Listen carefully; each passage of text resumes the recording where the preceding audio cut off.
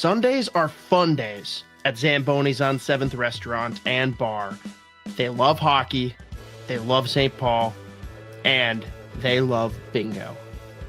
Their charitable gambling sponsors are St. Paul Capitals Youth Hockey, and they've partnered with them for Sunday bingo with great cash prizes, including a $1,000 coverall game. Take advantage of free street parking on Sundays and stop in for great food and drink, cash prizes, and of course, THC raffles during Zamboni's on 7th, Wake and Bake, and Smash Mouth Pizza Brunch Bingo Sundays. Come get it. What is up, everybody? Welcome back to the Sota Pod YouTube channel for yet another live World Junior watch party, ladies and gentlemen. Oh, Canada, they are back at Mariucci, and this time taking on, in my opinion, the freaking dirtiest team in this tournament, which also is why I really enjoy watching them play. Friggin' Denmark, who, despite getting trounced by the Czechs, tried to take every single player's head off and hit everything that moved. And as a result, the ref missed so much, and it was an absolutely chaotic game. They're absolute psychos. I'm excited for this one. Canada lightly is going to light them up. Lightly and likely going to light them up. Having said that, they got to keep their heads up because as soon as the Danes are going to go down a couple goals, they are going to come for their heads. What's up, everybody in the live chat? We'll get to you here in a moment. Puck has dropped. We are 19:27 on the clock in the first period, and Canada already pressuring the Danes here early in the game. How's everybody going? Or how's everybody doing here today? Have you been enjoying the games? I mean, Day 4 has been an absolute banger. We'll try to cover both the games tomorrow. I know it's a little bit more of a quiet day, but it was Monday. Monday post-holidays, okay? We had to get some work done here today. The Danes do pressure that puck back to center. Coming up that left side, but don't have possession. And Canada's going to... Actually, Canada didn't get it back here. Okay, finally they did behind the net, and they're going to break out here again. Ginla up the left side. Can't believe it's not Jerome. What's up, Hockey from Home? What's up, Kenny? World Hockey Report. What's going on? What are you doing on Twitter? Come over to YouTube. Hey, what's up, John? Good to see you as well. 18:21. Canada has it. Coming up that right side through center. Denmark does break the puck away from the forward coming up that right side, but Canada able to push that back behind the net. Denmark throws it to center. Hey, I hope you feel better, Hockey from Home. 17:57. Hey, what's up, Scott? Good to see you. Good to see you. Yeah, for those who are watching on Twitter/X, come over to YouTube. That's where the live chat is buzzing. And that's where our community is, for the most part, primarily hosted. All right. Whistle. I'm going to face off here in just a moment. I'm telling you guys, that Denmark-Czech game was pure chaos. Pure chaos. I think Denmark's captain took like 4 penalties. Canada wins a face-off shot outside the circle, and nice save for Denmark. Hey, there's a Canucks prospect. Braden Coots. Played a few games out of camp.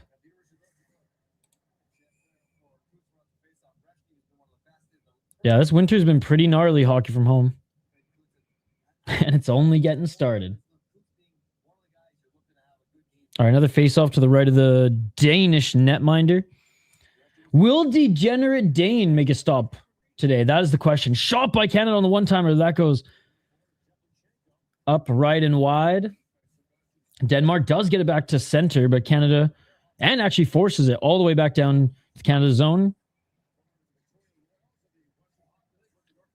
And here comes Canada. By the way, what a game against the Slovaks and the United States. Penalties in the third period was pretty much the story of the game. Goal or a story, the end of that game, the story of the end of the game. Started off like pretty even, pretty back and forth, and then goals upon goals upon goals in the second period. 6 goals I think were scored in the second period? And then just friggin' special teams galore in the third. And penalty coming to Denmark. Canada getting the game's first power play here. Dude, I'm telling you, the Danes are the dirtiest team. Oh, what a hit on Baudouin in this tournament, and I absolutely love them because of it. Yeah, he gets that right stick between the legs and takes him down.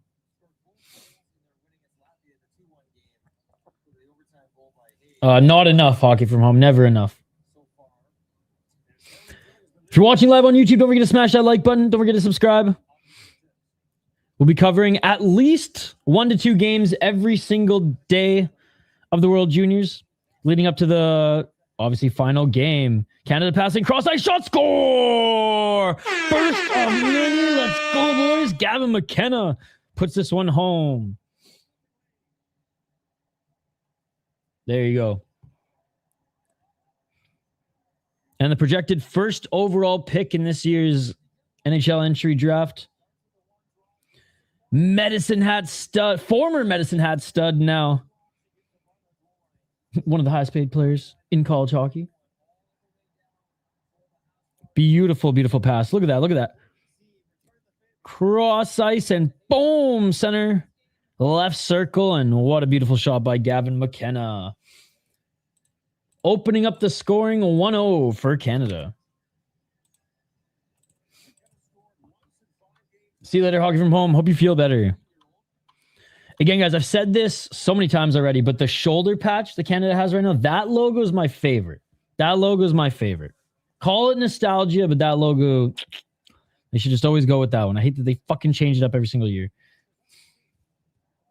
This one's not bad, but I kind of like the socks. I'm not gonna lie. Misa has it coming up.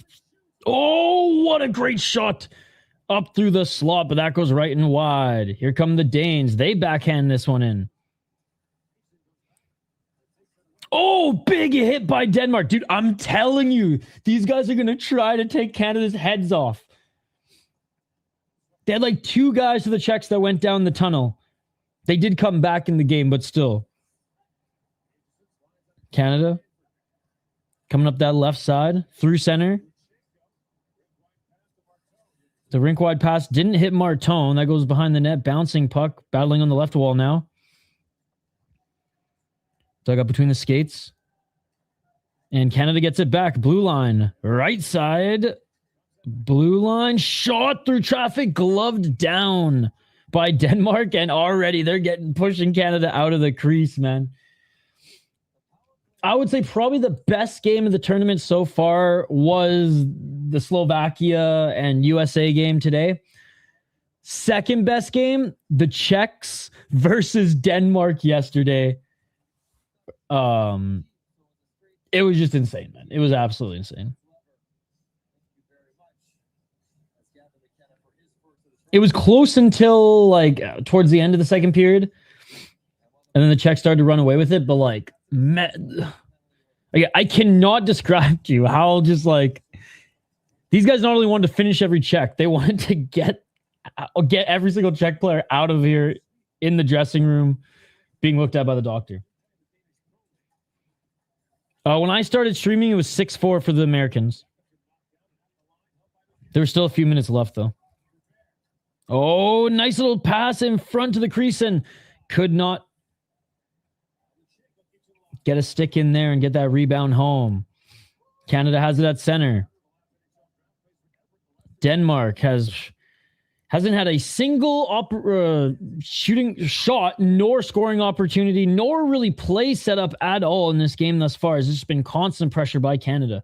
They have been able to gain Canada's zone twice, but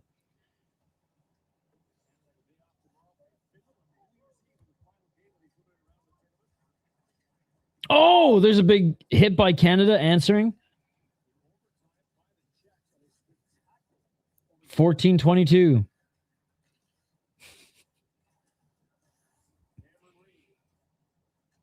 Blue line, Canada. Shot through traffic. Good save by Denmark. I don't even think he knew where that was. Oh, we're getting a whistle? What? Huh? For what? I think the ref fucked up here. I don't think the puck went out.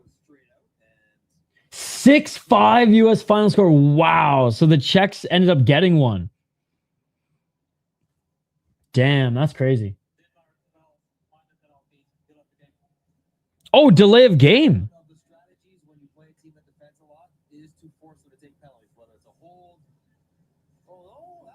Bro, that hit. Okay, it did go out there. For some reason, I thought it just hit the glass and bounced back down. Maybe they called it because it like hit the top of the glass, but that should not be a power play. That hit the Canadian stick. Yeah, under review. Come on now. Come on, IIHF. Get it together. Get it together. Get it together. Man, I love all these international jerseys that we get to see every year. Denmark's are super cool as well. All right, buddy behind the scorekeeper. You'll see him in that Canadian jersey. That one's dope.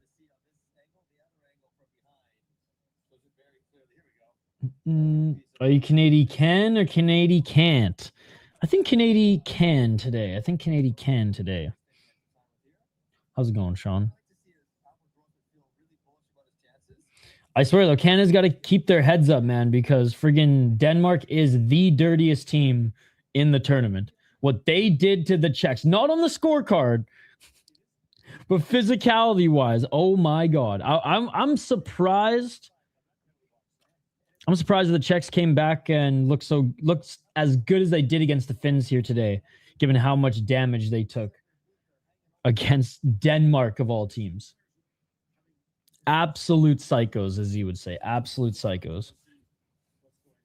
Bro, it doesn't take rocket appliances, ref. We all saw it, bro. We all saw it.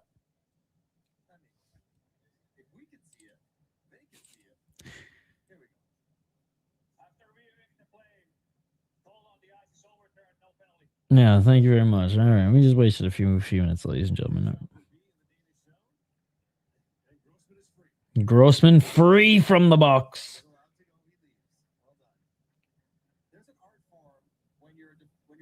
Hey, I love the little thank you from the Danish ref, or so from the Danish coach to the fans behind him. All right, back to the action here. Face off to the right of the Danish netminder. Canada wins the face off, but this puck trickles all the way down to center ice. Canada tried a cross ice pass. Broken up by the Danes, but Canada still has time to get it back and dump it in. Canada steals it in the Danish zone. Could go for a Danish right now. Not a big sweets guy, but give me a Danish all day, every day. And Canada. Oh, beautiful centering pass. Maybe one too many passes as Canada did have an opportunity on that right side. Feeds their man at center, but that gets broken up, and Danes backhand pass through center. Denmark in the corner, trying to set somebody up. This might be the Danes' first opportunity. Shot by Denmark. Rebound. Denmark still has it. Canada trying to get it loose, and they get it back. That was the Danes' first opportunity in this game. Denmark gets it back at center. Nice nifty move there by number 14 or 24, and Canada finishes their check. Canada finishes their check again. All right, well, friggin' Hunter definitely said this team's going to try to fucking kill you, so just absolutely annihilate them up against the boards. I've never had Dubai chocolate, but like I hear good things. It looks like something I'd probably enjoy. I just don't have a sweet tooth. It's not that like I hate sweets. It's not like I'm gonna be like, oh, ew, ice cream. I'm not gonna have it. It's just like, I don't buy sweets and I don't seek them out. Dessert's not really my jam.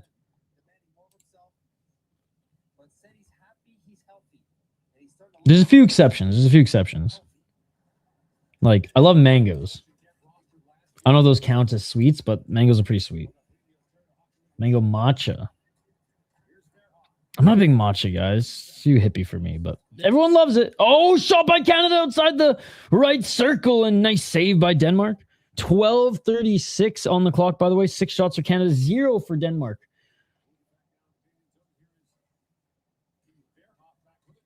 Canada.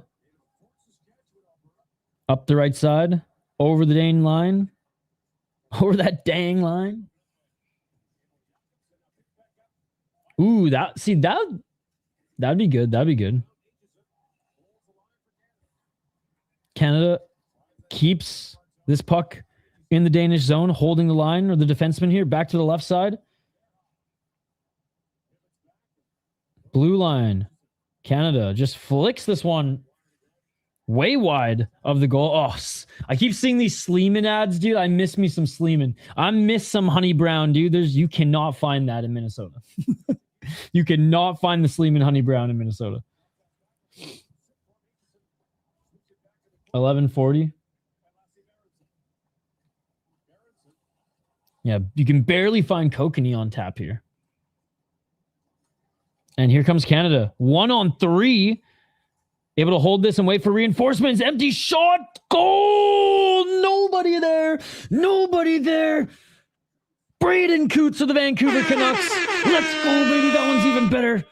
Since I'm a Canucks fan, that's even sweeter, dare I say. Let's go, man. I just cannot believe a Ginla not named Jerome is on this team. Like, we're getting old. We're getting old. The cuter. He is sick, man. He is sick. Sucks that he has to play with the Canucks because what a fucking joke of an organization. And his development is probably not going to be hampered, but like, you know, the Canucks are probably going to have to like get rid of him in his prime, you know.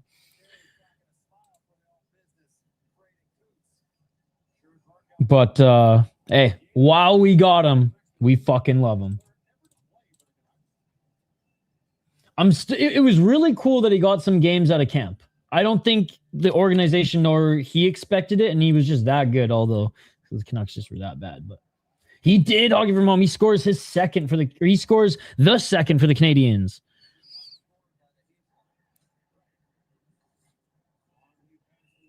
Nice. Yeah, he's awesome. He was a great pick by the Canucks. From Sherwood Park. Yeah, just been ripping it up with Seattle.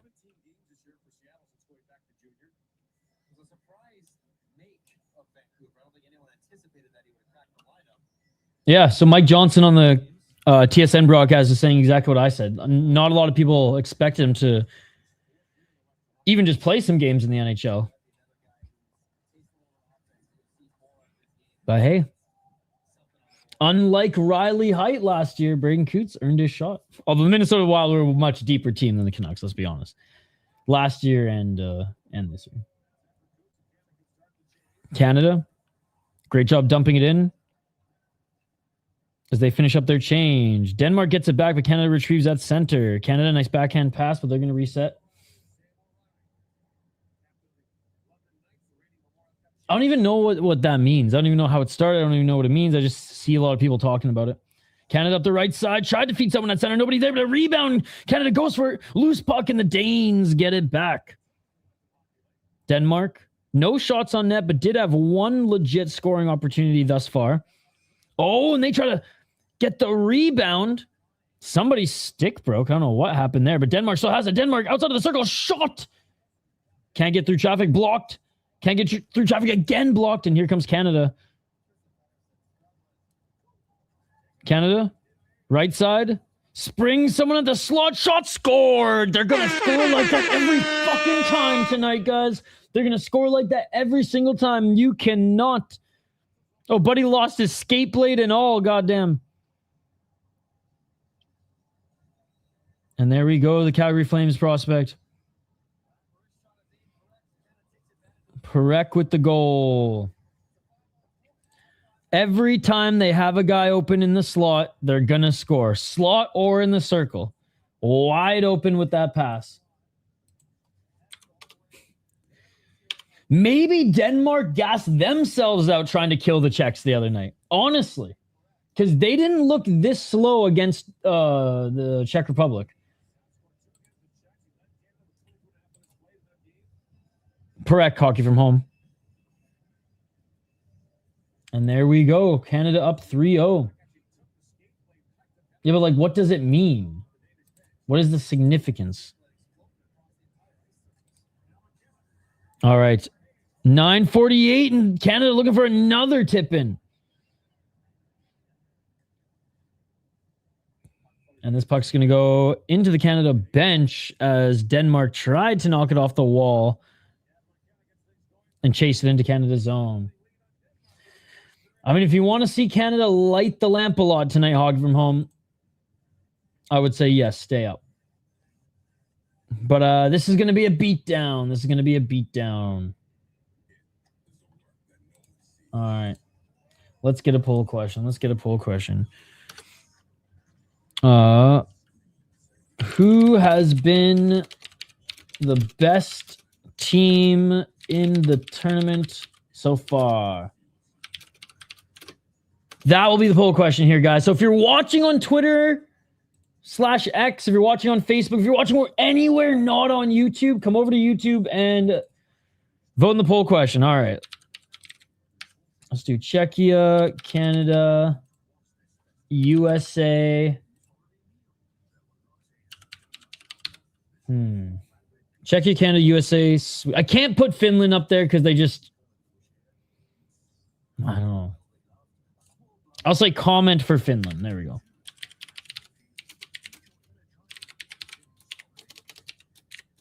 That's all we'll do. So who's been the best team in the tournament so far? Czechia, Canada, USA, Sweden. Comment for Finland. Don't forget to smash that like button too, guys. I know, it's like when the Canucks had Vancouver above the Orca for so long, and oh my God, they take away Vancouver and it looks so much cleaner. I just don't know why they're going with this jersey. See the shoulder patch? I mean, I know it says Canada under that shoulder patch too, but I love that Canada jersey. The white silhouette with the black and red. Some people say, oh, there's too much going on. It's whatever. You're telling me these fucking international jerseys don't have too much going on? Some of them work. That one works. Oh, okay. See, I never even knew where it started. All right, battling in the neutral zone, trying to get the puck over the line. Sean, did you catch the U.S. Slovak game? What a game. Slovaks playing better than I thought they would, but I feel like they do that every single year. The Czechs are a friggin' juggernaut this year, though. Canada unable to spring their man on the left side. They keep it in the zone. Danes try to send it around the boards and get it out, but Canada waiting at the blue line. Puck trickles out. Denmark gets it out at center. Canada retrieves. So the last two periods. Those are the two to watch.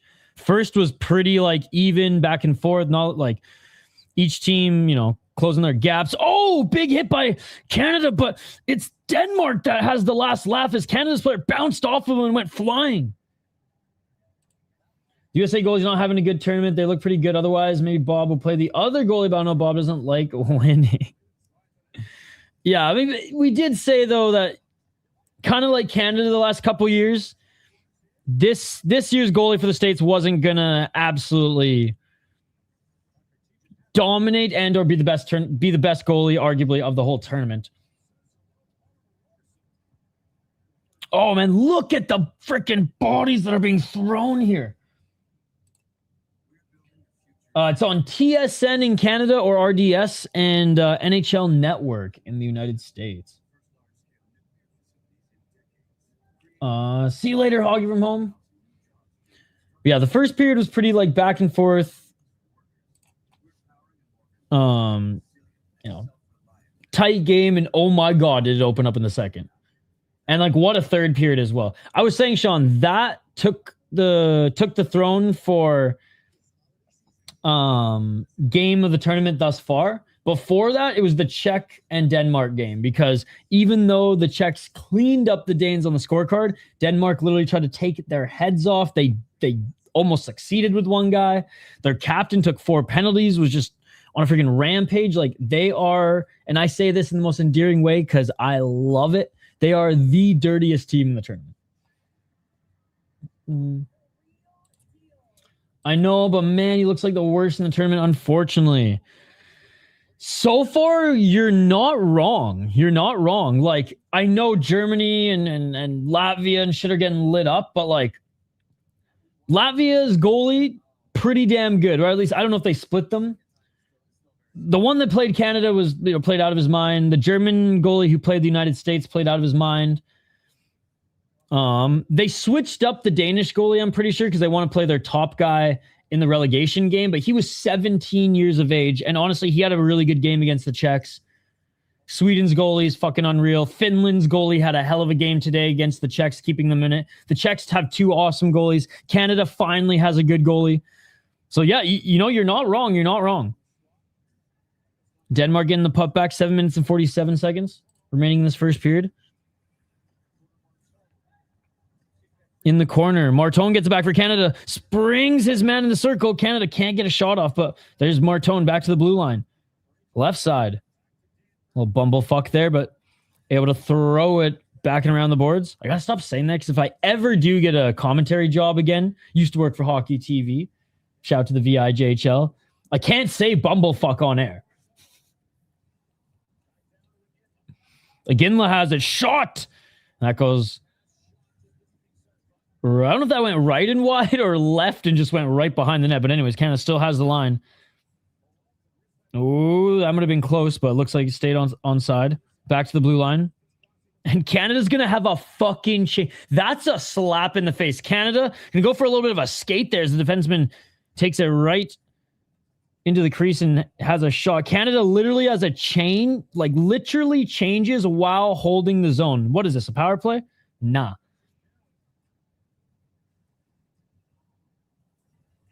Canada back to the blue line. Canada literally changes every single player. Shot, slot, but a little far outside the circle, and the goalie was able to read it. Canada battling behind the goal. Back to the blue line. Perek, right side, trying to spring his man up front, or at least hit the puck off the pad to get a rebound. And finally, this puck's going to go down the length of the ice. And unfortunately, the Danes are going to ice it, which means those same legs are on the ice, man. The same legs are on the ice. I smell a face-off win and a goal here. I didn't want it to be this way, Denmark. I didn't want it to be this way. You guys are my darlings. I do not want Denmark to be relegated. They are the dirtiest team in the league, and I say that in the most endearing way. I want to see them continue to beat the shit out of other teams, even if they lose 8-0 on the scorecard. I think it was 8-2 against the Czechs, but still. Oh, and kind of blowing a tire there was Denmark, but staying on his man. Canada still has it back to the blue line. The speed and skill is just too much for the Danes here. I mean, the Czechs, it was kind of the same, but I feel like the Danes obviously just played a better game against the Czechs. Canada are just fucking... What is this, practice right now? We're talking about practice? Man, Perek's literally just weaving through guys without toe dragging. Perek's still with it, left side. Springs his man in center. Slot shot. Nice save by the Danish goaltender. 12-1 shots. Denmark has had 3 legitimate opportunities in this game. Canada with on the left side. Denmark. Good aggressive play there. They're able to get the puck back and then dump it into Canada's zone. Good forecheck by Denmark, given Bedouin a little bit of issues as he fires up the left side, but unable to hit his man in front of the crease. 5 minutes remaining in the first period. Denmark. Oh, nice save up the left side. Can he get it? Get it. Whoa, what an opportunity by Denmark. He bats it back in front looking for a rebound. Hey, that was a great opportunity for the Danes. That would have been a nasty goal. Holy, that would have been sick. Canada back in the Dane zone. And honestly, that would have made this a little bit more of a game going into the second period, at least with one. Canada now with it. Left side, back to the blue line. Top of the right circle, shot. That hits a Danish player. Canada retrieves it, though, in the corner. Oh, what a save. What a save. Back. That was a pass from behind the net in front of the net, and Canada was able to get a clear shot, and beautiful, beautiful save. By the way, big shout out to everyone in the live chat. Vote in the poll question. What do you got? Who's been the best team in the tournament so far? Canada leading 85%. You know what? I don't agree with that. I don't agree with that. I have to say the Czechs have been the best team in the tournament so far. I think the Czechs have been the best team in the tournament. The Czechs are Sweden. Czechs are Sweden. Keep voting in the poll question. I'm wearing the Canadian flag right now, and I'm saying Czechia has been the best team in the tournament so far, in my opinion. Yurchek's little brother, Mini Yurchek, oh my God, dude, he's a stud. He's going to be better than his brother. Says the Canadian who cares way too much about the World Juniors. And literally his whole scouting report is on that. And here come the Danes. What did I say? What did I say? They're getting chippy. They're getting chippy. Green, that son of a bitch. I fucking love you, number 14. But stay off our boy. Stay off our boy. God, I love this Danish team, man. They know they ain't going to win. So they're like, we're just going to piss off Canada and try to take away a few heads. They will get a major by the end of this game. They will cross-check straight up a few players in the head. And the refs will miss a few chicken wings. Just watch. Just watch.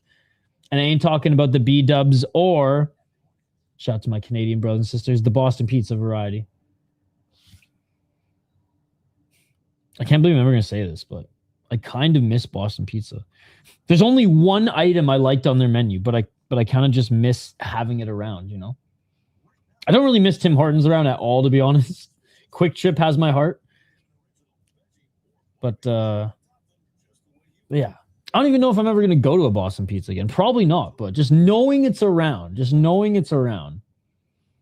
Even in the shittiest parts of small Canadian towns, it's just, you know.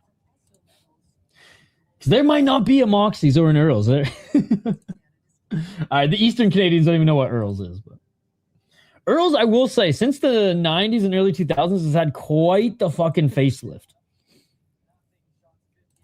It's so good. What's up? One clash a day. Good to see you. Good to see you. The only thing I used to get at Boston Pizza was the jambalaya. Because it was American portions. And it actually, like, they put a lot of... Well, I don't know how real the sausage and how fresh the shrimp were, but like it was good. It was good. All right. 3 minutes and 21 seconds back from the TV timeout. That's what I'm saying, man. Denmark, they're already being warned for yapping too much.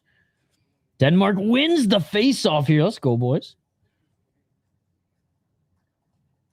Unable to get out of their zone, though. They send it around the net. Oh, big hit by Denmark. Denmark trying to get out of the corner. Canada gets it back. Canada with it. Blue line.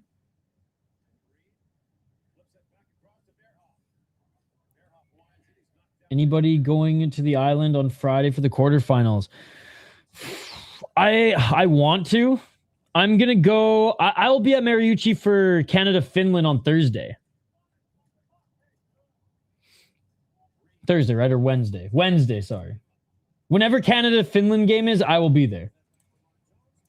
I probably won't go to the end of the quarterfinal games. I'll probably be streaming them here. I do want to catch one of the semifinal games, and then we'll stream the gold medal game here as well. Even if I only get to go to the Finland-Canada game, then, you know, I'm fine with that. Semifinal would be, you know, cherry on top. I went to a game at the X already. Or sorry, a Grand Casino.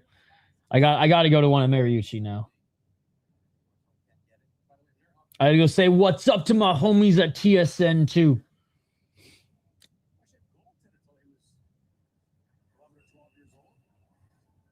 Denmark wins the face-off. We're going to redo this one. I wonder if I have the picture of me and Bob McKenzie on this computer. I don't think I do.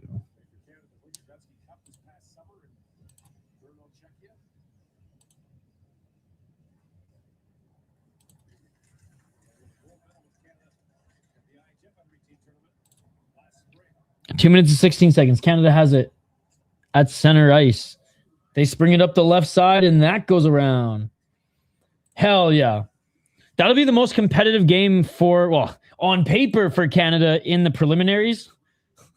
Fucking Latvia, bro. I mean, don't get me wrong. The Czechs, that was a very competitive game too. I know Canada beat them, but that was a very competitive game. Finland just plays such a smothering style, and their goalie's unreal. So maybe I spoke too soon. Maybe the Czechs will be, since I do think the Czechs are one of the best teams in this tournament. It'll be the second and or other big game in the preliminaries. There we go. Because Canada was supposed to trounce Latvia, but they just can't. It's absolutely insane. And I imagine, this game is not going to end with the 3-0 score. And Mariucci's dope as fuck. I love watching hockey there, so. Oh, nice little spring pass. Canada leaves it back in the crease and unable to put it home. Canada still has it, though, in the corner. Battling for it. Denmark takes a swing at it, and that goes up the left side. Final minute in the first period. Canada with it behind the net. Canada, blue line shot. And that goes off the Danish goaltender up and wide.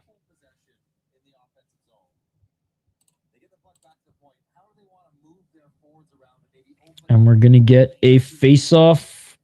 Are we to the left of the goaltender? Did go off his glove. 41 seconds remaining. It's kind of weird that Finland lost to Czechia 2-1, which Canada beat, but Finland destroyed Latvia 8-1, which Canada... Yeah, hockey math doesn't make sense in this tournament. That's what I love about it. Like, throw all your analysis out the window. Almost anything can happen. Oh, nice nifty move by the Canadian netminder. Single-handedly takes us in front of the net and can't put it home. Like, Latvia beat Canada last year, so I'll say pretty much anything can happen. But, like, is Denmark going to come back and beat Canada in this game? It's not going to happen, bro. It's not going to happen.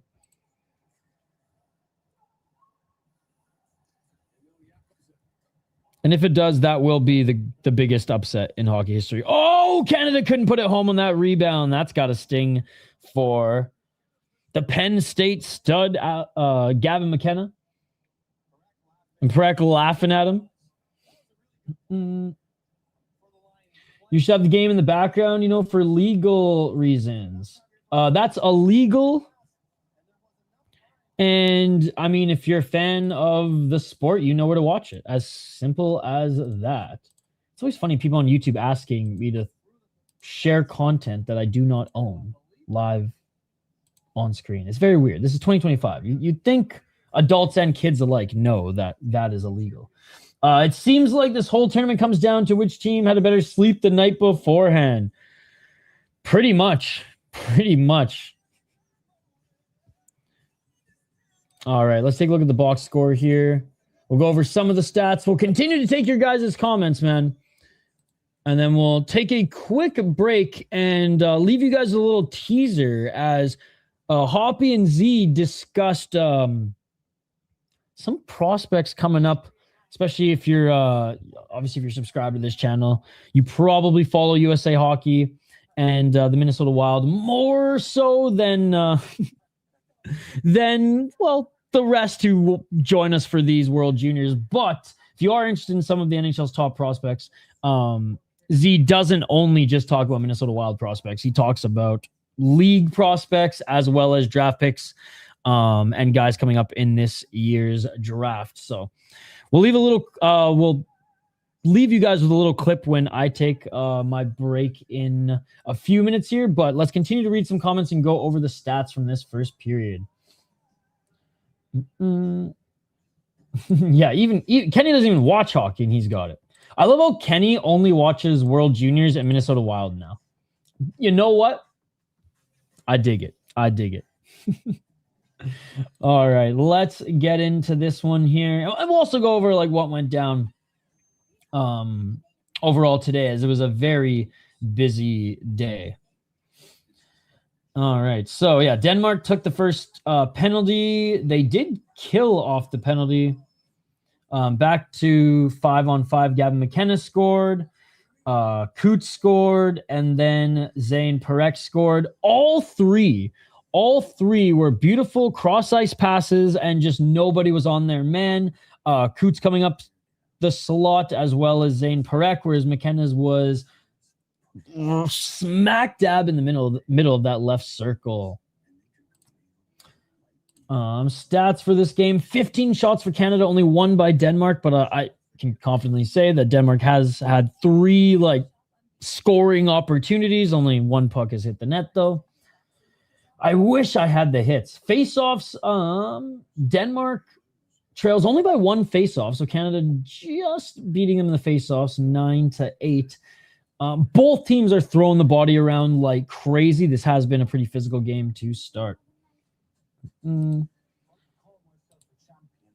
All right, so let's take a look at what's been going on around the tournament here today. First game of the day, Sweden lit up Germany, which is crazy because, the States did put 6 up on Germany, but their goalie played out of their mind. You must be... Well, I wonder maybe if Germany played their other goalie here today, because I think they're playing Denmark, or Denmark's playing Latvia. It will either be one of those 2 teams playing for relegation, so I think they will probably want to keep their top goalie in for that one. But regardless, Sweden absolutely lit the Germans up 8-1. Finland, Sweden had a hell of a game. Or sorry, Finland and the Czechs had a hell of a game. 2-1 Czechs in overtime. It was 1-0 for the longest time. Finally, the Finns get one on the board, and honestly, the Finnish netminder had himself a game and kept them in it literally till the end. What I think was the best game of the tournament yesterday, it was 7-2 Czech Denmark yesterday, or I guess it was the 27th, 2 days ago. God damn, I can't even keep track of the days. Anyways, before this USA-Slovakia game, I would say the best game of the tournament so far would have been Czech Republic versus Denmark on the 27th, though they lit them up 7-2. It was the most physical game in the tournament so far. Denmark were just playing like absolute psychos, running around there, elbowing, hitting everything that moved, slashing everything that moved. That was the best game of the tournament for me, until this Slovak-United States game. Holy shit, man. Slovaks kept fighting right till the end, and honestly may have shot themselves in the feet a little bit too much in that third period, giving the United States the man advantage over and over and over again. Canada leading Denmark 3-0 right now after 1. Tomorrow, only 2 games. We have Switzerland versus Germany, Denmark versus Latvia. Who's going to go to relegation, basically? Losing teams play each other in relegation, I'm pretty sure. Or actually, no, Latvia has 1 more game on the 31st. So Germany's last game. Switzerland and Latvia do have 1 more game. Anyways, I'm going to try to cover both of those tomorrow. If not, probably the Denmark and Latvia game, to be honest. We'll see. And then, on the 31st, man, United States, Sweden is the one to watch. Canada, Finland. I mean, I wish so much that they spread these ones out, that United States was in the morning and Canada's was in the evening, or vice versa, because I want to go to both of the games, but they have to put them in the evening. They need to sell tickets. So the States is on 5 o'clock and Canada is at 7:30 Central Time. So, man, the 31st, the last game of the preliminaries, is going to be unreal. Is this UFC? What's up, Chris Cushman? Yeah, no problem, dude. I cover as many World Junior games as I can. I do 1 Minnesota Wild game every single week. We're going to be covering a ton of the Olympics. And then, obviously we'll be doing playoffs and stuff. Maybe this year I'll do a little bit of college hockey playoffs, as well as some CHL playoffs as well. All right. What was I going to leave you guys with? I got to drain the main vein here. But we also post a lot of NHL and prospect content on this channel as well. Here's one for the general public. The boys talking a little bit about the top players and top young players for some of these teams who, despite their young rosters, just have not been able to even get close to like that average hump. I mean, the Buffalo Sabres, Detroit Red Wings in particular. This is a segment that I'm going to share with you guys in this quick break before we come back for the second period coverage. If you aren't familiar with the show Judd's Buds, it streams every Monday. Now I guess 9:30 every Monday. Anywhere between 8:30 and 9:30 starts every single Monday. The boys aren't going to be streaming here tonight. They're taking this holiday week off. But we do have a ton of content coming your way in the next few weeks, ladies and gentlemen. So stay up to date on that. But anyways, this segment, this clip, I'll play a little bit of it here, comes from a segment on the last Judd's Buds episode from last Monday. Again, if you aren't a big like YouTube guy and you just watch like streams on YouTubes and things like that, and you want to listen to all the shows that we have here on the Sota Pod via just podcast, just look up the Sota Pod wherever you get your podcasts from. We have multiple shows covering college hockey, prospects, NHL, Minnesota Wild. Analytics, the whole 9 yards, ladies and gentlemen. So you can find that wherever you get your podcast from. Excited for Horizon. Hockey's my new love. Thanks to you. Let's go, Chris Cushman. Let's go. I'm streaming later tonight, Chris. There's a knockout tournament free on Unex and YouTube. And then, tomorrow's the big night. I'm actually going to nap. But yeah, tomorrow's going to be amazing. New Year's coming early for the fight fans tomorrow. But anyways, I'm going to drain the main vein and fill up my water bottle and gear up for this second period. Right back after this quick break, we're going to leave you with a segment, like I said, from the most recent episode of Judd's Buds, talking about the Buffalo Sabres and the Detroit Red Wings, and if some of these young players can bring them back to playoff hopes. Back on the other side, don't go anywhere. 2-minute break here during this first intermission. You think Red Wings are a good team to make playoffs? Yeah, I meant to earlier. I was going to tell you we might have to install a new segment here called "Spogsy is a fucking moron and should shut up and probably shouldn't have a hockey podcast." Yeah, no, they're that segment every week. Yeah, that's pretty much whenever I start talking. Yeah, I mean, what Mo Sider's doing right now, like he's putting up a Norris level season. Dylan Larkin has been insane. Edvinson's taken another big step. Like, yeah, I think they're, but especially looking at the Atlantic, they're a playoff team. Asman didn't sack up. Yeah. So that'll be the downfall. Larkin's going to talk more shit at the deadline. They are looking better than I had anticipated for sure. I'm still not prepared to say that they are a lock to make the playoffs. I do not trust them. Their first pairing, sick. Above all measures. Awesome pairing. Their blue line as a whole, still very, very questionable. Yeah, this is very fun too. And Emmett Finney been getting goals too. I didn't know who he was until this season. Yeah, he literally was just like an okay prospect coming in. Started off ridiculously hot, got really cold, but now he's playing well again. Like he's just getting it done. I don't know. He's working. What's he got? Like 18 points now? 15? I think it's like 18, 30-something games. Good for him. Sending Pelicans. I think he's just like, they're like, don't worry about offense. Just go Purdue. I think he's got like, this is his job. Yeah. So he's getting it done there. They're getting like good minutes from like Ben Sherratt, which is always shocking to me. If they can get more from, if they can just keep riding with Marco Kasper and hopefully just he figures it out, that's going to be another guy that could be a big piece for them moving. Well, he is going to be a big piece for them moving. They're counting on him, but like this year, if he can figure it out, like he's gonna be a crucial, be a big part of their lineup.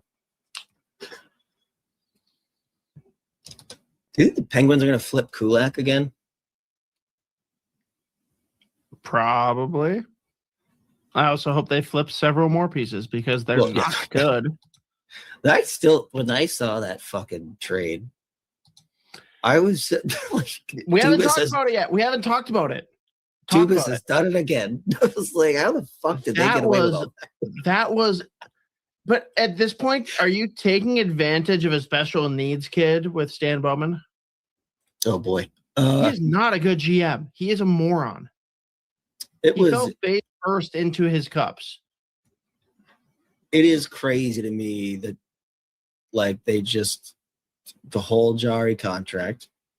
Stu Skinner just needs to not be there, clearly. And then like I think Skinner is a better goalie. He's like he'll be fine. Specifically just like the contract with Jari. Like I was like, you just got rid of it? Like, oh, what? All of it? The whole thing? Okay. And I mean, you like upgraded net. I've always been a Stuart Skinner fan. His Jekyll and Hyde is aggressive, but like Jerry, look at that. He's already hurt. The whole question with him is health. That is his ceiling higher than Skinner's? Sure. But it's going to take a lot of health and a lot of things going right for him to achieve that ceiling. It's crazy. The Quinn Hughes trade was selfish by Bill Guerin. It overshadowed. This interview is brought to you by our friends at Waggle. Waggle is a golf term, so their origin is obvious. But like you and I, their roots extend well beyond the tee box. Waggle is rooted in early mornings on the water and late nights around the campfire, in lacing up the skates, and in casting a line. These hobbies and passions are what inspire their team daily to create apparel that makes you say, wow, this was made for me. Because, really, it was. Waggle's biggest sale of the year is live right now. Hats, polos, pants, shorts, jackets, flannels, socks, everything is 30% off. We pulled together a list of our all-time favorite products, so make sure you shop the link in the description. Zamboni's on 7th Restaurant and Bar right across the street from Grand Casino Arena in downtown St. Paul. You'll find a joke at 8 p.m. on Wednesdays. Enjoy happy hour food and drink specials when you stop in for the shows. Or if you've got something to say and enjoy stepping into the spotlight, go to zambonison7th.com and sign up to join the show. Spots fill up fast, and they do cap the number of comedians each week, so do not delay. Also, stay tuned for details on their once-a-month Friday night comedy show, Freaky Funny Fridays, beginning Friday, November 21st, featuring some of the hottest comedians in the Twin Cities. Zamboni's on 7th is a joke, but only on Wednesday evenings. And the occasional Friday.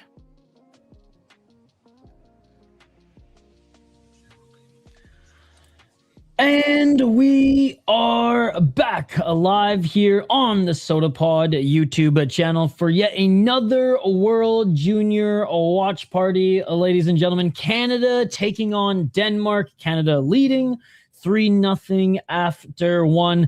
Gavin McKenna so close to making it 4-0. Right there at the end of the first period. As always, guys, smash that like button and subscribe. We do live play-by-play commentary, reaction, of course, live interaction with all you amazing folks in the live chat. Every single stream will be covering at least 1 to 2 games every single day for the remainder of the preliminary rounds. And honestly, once we get into the quarterfinals and semifinals, we're going to try to cover as many games as we can. 2 a day is the goal. And then obviously once we get to the finals, we only got the one game, the gold medal game. Actually, that's not true. That's not true. We do have bronze. We do have bronze medal game as well, which we'll probably cover both of those games too. So there you go. As we get as we get further along in the tournament, it goes from 1 to 2 games a day to guaranteed two games a day. So there you go. There you go. And then after this tournament, we'll jump back on one wild watch party a week, and then we'll get to the Olympics. And I think towards the end of the Olympics, I might be on the road streaming, so you probably won't see the same studio. Same with, by the way, City Life.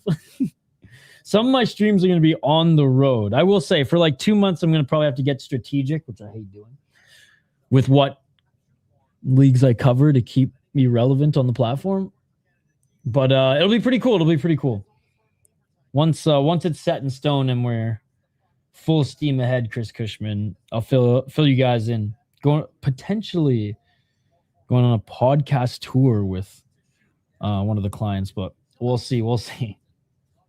Already it's been delayed, so we'll see. Anyways, almost back with the action here, ladies and gentlemen. Puck is about to drop. I don't think they're going to go to commercial anymore. Let's get back to the poll question, by the way. If you guys are watching on... Yeah, here we go. Second period about to begin. If you guys are watching on Twitter/X or Facebook, get your ass over to YouTube. Join our community here and vote in the poll question. Who has been the best team in the tournament so far? Czechia, Canada, USA, Sweden. Comment for Finland. Despite Canada beating the Czechs, I picked the Czechs, man. I picked the Czechs. Charlie Stramer, 4-goal weekend. Unbelievable. Do you think he has to play, sorry, I shouldn't say has to. Do you think he will play a lot in Iowa, or do you think he's going to come right into the NHL and honestly get like more time in the NHL than Iowa? All right, Denmark gets it up the left side. Denmark chipping it ahead. Oh, Canada loses it, and oh, what a tip! Oh my God, Denmark on the board! Denmark on the board! The Florida Panther draft pick. He was a draft pick too, ladies and gentlemen. Oh my God, we have a game. Denmark, what a start to the second period. Just a bumblefuck by Canada there, loses it. Or it wasn't even a tip, so... I thought the Canadian player sent the puck backwards and it was a tip forward, but no, he just loses it. Clean shot up high over the left shoulder. Clevo over the right shoulder. Even a nicer shot. Yo, what is up, Kirill or Kaprizov Broadcasting 32? It's good to see you. Oh my God, what a shot! And we have a freaking game, ladies and gentlemen. Emotional damage.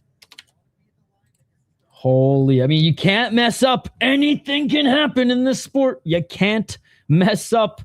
Well, bumblefuck from Canada there, and the Danes are on the board. Canada holds the line right side. I think he has a half and half year between the NHL and the AHL next year. That's what I think too. And if, knock on wood, there's not a lot, but if there's a lot of injuries, then, maybe he plays a little bit more up with the Wild because he'll probably be... Well, let's be honest. Well, let's hope that he's one of the first call-ups because that's how good he's playing early. Do you think he'll get some games of the team after training camp? Or do you think it's kind of like hate, or do you think he's going to be sent down right away? It just seems like he's ready for the NHL game. Do I have an favorite NHL player? I mean, I've been an Ovechkin fan since he was drafted. I'm in my 30s, so I remember when Ovi was drafted, and so I've Ovi has always been one of my favorites. Stan Coven is nasty, even though I'm neither here nor there on Carolina or the Dallas Stars. Stan Coven is awesome. Always loved Kevin Fiala. But I mean, if I'm going to say my favorite player in the NHL right now, I mean Malkin's a fucking beauty too. There's so many sick players. Andre Palat, underrated, underappreciated fucking stud. But yeah, I think until Ovi retires, he is my favorite player. Jay Beagle was one of my favorite players for the longest time too. Guy doesn't get enough respect. ECHL champ, AHL champ, NHL Stanley Cup champion. Absolutely fleeced the Canucks. 3 fucking year, $9 million deal. But we love him anyways. 1753. I think my favorite player of all time, though, is Gordie Howe. I truly think, like, what the longevity and just what he did as, like, one of the pioneers in helping develop the sport forward and evolving it's unbelievable. I used to go to my local archive in college in Canada and just watch fucking film of him play, and it gave me goosebumps. 17-19, Canada brings up the left side. I wouldn't say he's my favorite player, but he's definitely, yeah, Quinn Hughes is up there as well. Maybe he takes it, though, when Ovi retires. But yeah, Quinn Hughes, too. Oh, Canada shorthanded backhand. What a save. Rebound. What a save. And the Danes get this one out. But yeah, Quinn Hughes, I would say, definitely has been one of my favorite guys since Michigan, 100%. The best skater in the NHL right now.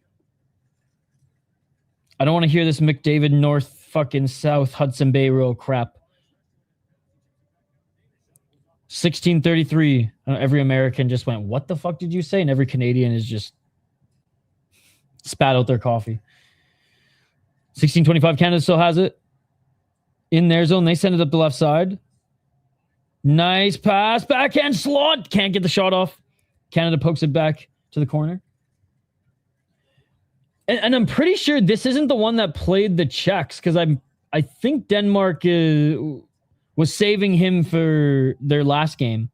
Oh, and Denmark's going to take a penalty. And Canada's netminder skated to the bench.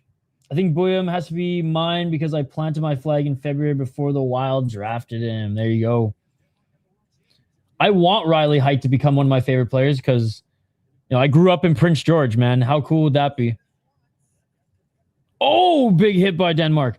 I have to say, though, Mateo, like, Denmark, easily the dirtiest team in this tournament. No? Oh, shot by Canada. They still have possession, by the way. The Danes have not touched this puck yet on this delayed penalty. Canada literally had a scoring chance. You know what was a slap in the face in the first period? Canada literally had a complete line change, Sedin style. Oh, and there's a shot saved by the Danes, and they're going to regain possession. Thus, a whistle will be blown. But I know the Sedins used to stay on the ice, and like everybody else would change. But yeah, Canada had a full-on line change, 5-on-5. He's been solid, yeah. Solid's fine. Solid's fine. I want him to be better than solid.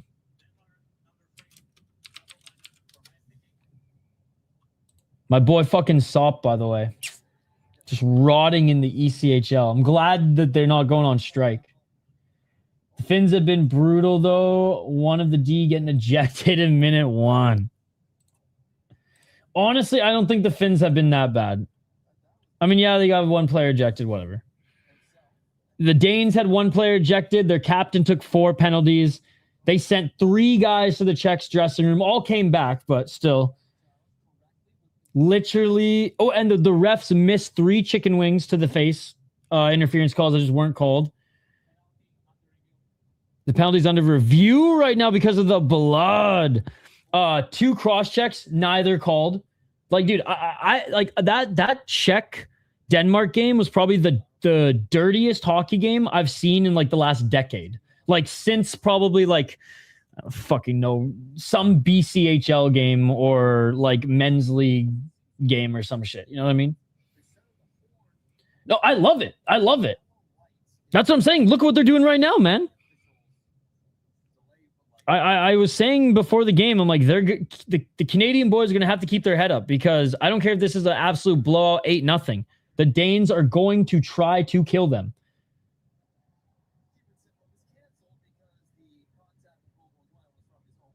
All right, so No penalty because the contact came from his own stick. Bro.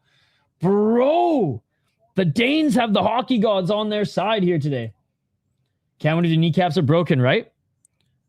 Like, honestly, it wouldn't surprise me if the coach fucking just slides a Glock on the ice at one point. You know what I'm saying? And just says, take him out. Take him out. How do you think of the Wild win of the Jets over OT? What an amazing end to the game that was. Holy shit. Wild come back to tie it late and then bing, bang, boom right away in overtime. Wallstedt gets the win. I mean, the Wild just can't lose right now.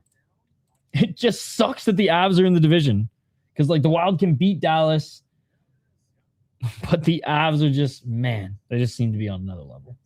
And in fairness, they're on a level against every team in the NHL right now, so it just sucks that they're kind of the Wild's rival, you know.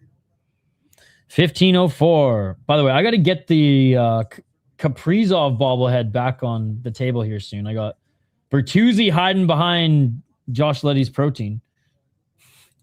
And then Don Cherry there saying, what's up? I mean, you can't not respect it. You can hate it, but you can't not respect it. Like, what they're doing right now is, like, insane. But teams that do this throughout the regular seasons rarely win the Stanley Cup. I'm going to say it right now. As a Canucks fan who watched the Sedin's torch and get President's Trophy 2 years in a row, they didn't win the Stanley Cup in either of those 2 years, and the fucking Kings beat them in the first round and then won the Stanley Cup. So fuck the regular season. It's all about the cup, baby.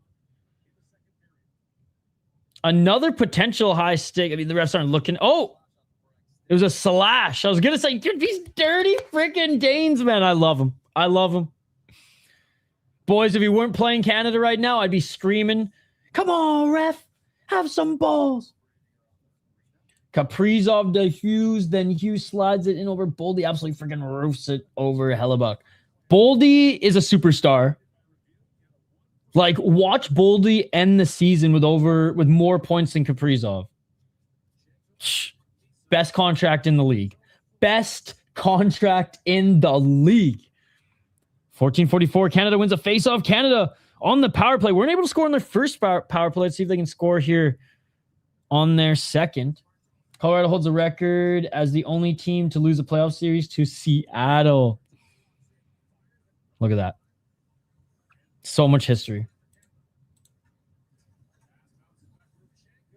Luchenko couldn't find his man in the slot. Canada has to regroup. I was going to say, don't dump it in. That's some Denmark ass shit. Canada with the left gains the zone. They still have it up the right side. Backhand pass to the slot, but nobody there. Luchenko feeds it down. Martone back to the blue line. Right side. Martone, right side of the net. Now going back door. Honestly, goal by freaking Martone. Buddy could have fucking scored in the slot. He didn't even have to make that pass, but he makes that pass for his captain. He didn't even have to make that pass. He would have fucking scored in the slot. But Martone gets it. What a spanking by Martone. Colorado holds the record as the only... Yep. Unreal. Bro, he could have 100% just took that. He probably could have just scored in the slot, but ow, what a beautiful shot. What's Canada's goal song? I can't hear it.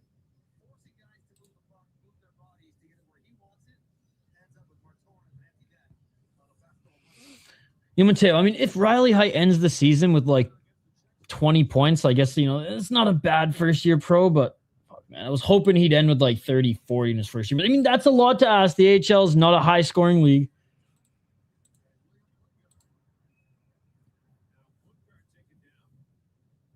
Oh, and now we might have a penalty on Canada. Yeah, we do have a penalty on Canada. As Martin goes off.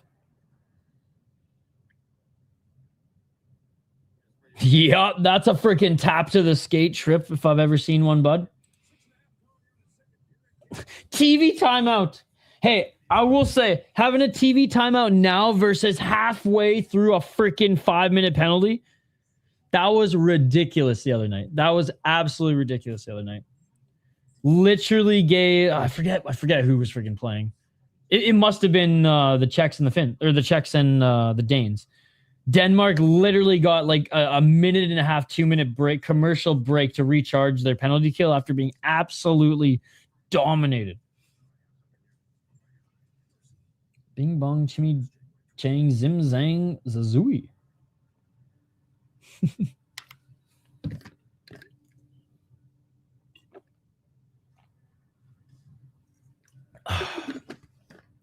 Again, I'm watching the TSN feed and God, seeing the Esso commercials from the Esso to Boston Pizza to Sleeman. God, I said earlier, I miss my Honey Brown. Honey Brown is one of the best cheap beers you can get in Canada. And the Sleeman Lights too, you know, if you want to have the best of both worlds, you know, if you like kind of want to be like your homies in dry January and lose a couple pounds, but you don't want to stop drinking beers, those Sleeman Lights, like nothing. Lighter than Hams. People in Canada don't get the luxury of knowing what Hams is, but oh, it's so good. Almost as good as Lucky Lager. All right. Power play for the Danes. Denmark, top of the circle. Back to the blue line. Right side. Tried his man back door. Side of the net. Tried to get cute and get it back to the top of the circle, and Canada gets it back and sends it down the length of the ice.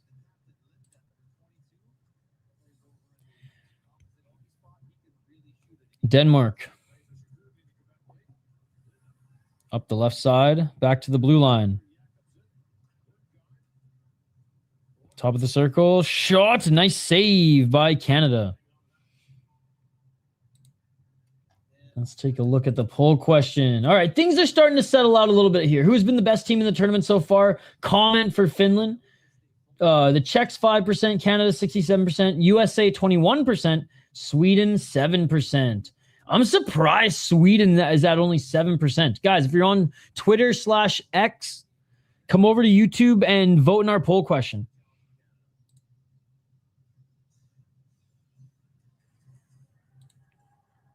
$12.51.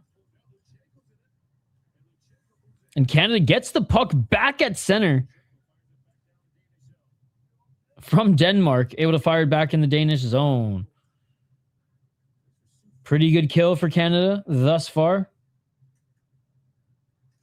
I love where the camera is placed in Mariucci versus where it is in the X2. It's been awesome watching these games at 3M Arena. 12-21. Canada gets it back shorthanded. Partial break and can't get the backhand. Can't get the backhand, but he still has it. 44 seconds. And just sends it back to his own defenseman. And Canada's goalie getting involved in the play, ringing this down the center of the ice. Wow. How crazy would it be if he scored one? Nice poke by Canada. Canada's trying to spring another short-handed break, but Denmark gets it back.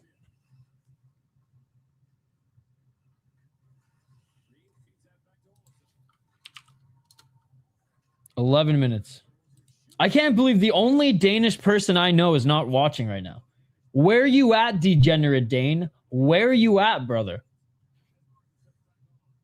11:27.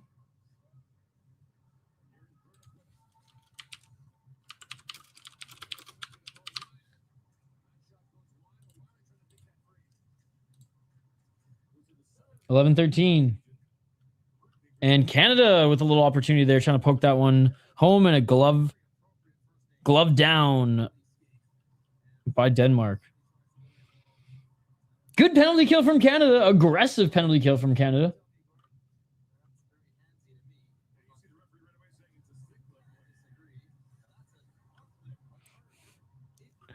Man, I have to say, I've been critical of Mike Johnson throughout this tournament. Maybe it's just because I miss Ray Ferraro so much. Because him and Gord Miller used to do it, but because of his contract with ESPN now, he can't do the work with TSN. But man. And I also think it's because if he... Anyways. It's a contract thing. I will say this. Mike Johnson's based. Like, he shamelessly speaks his mind and his thoughts. I feel like sometimes not as tactful as, like, a seasoned vet is. Like, you can disagree with the call or something and not and do it more gracefully, and maybe that's just going to come with time, and maybe it's just because it's not my style. But there are things I agree with, and he says right away that I'm like, yeah, fucking right. And there's some things where I'm like, okay, man, like a little bit of a stretch. Like, he was ripping one player for being too tired after, like, literally playing like half the game, and he's like, they're teenagers, they shouldn't be tired. I'm like, bro, like, chill the fuck out. 10-28, Canada has it. Slot back to the right side. Back 5-on-5. Shots 21-3 for Canada. Canada leaves it for someone in front. Backhand pass. Still in the slot. Canada has it. Needs some room. Back to the blue line. High slot. Shot. Doesn't get through traffic, but they still have it. Top of the right circle. Right side. Slot. Blue line. Blue line again. Canada retrieves it. Top of the left circle. McKenna with a shot. And Denmark backhands this one up and out of play. All right, TV timeout. TV timeout. Right at the halfway mark of this period.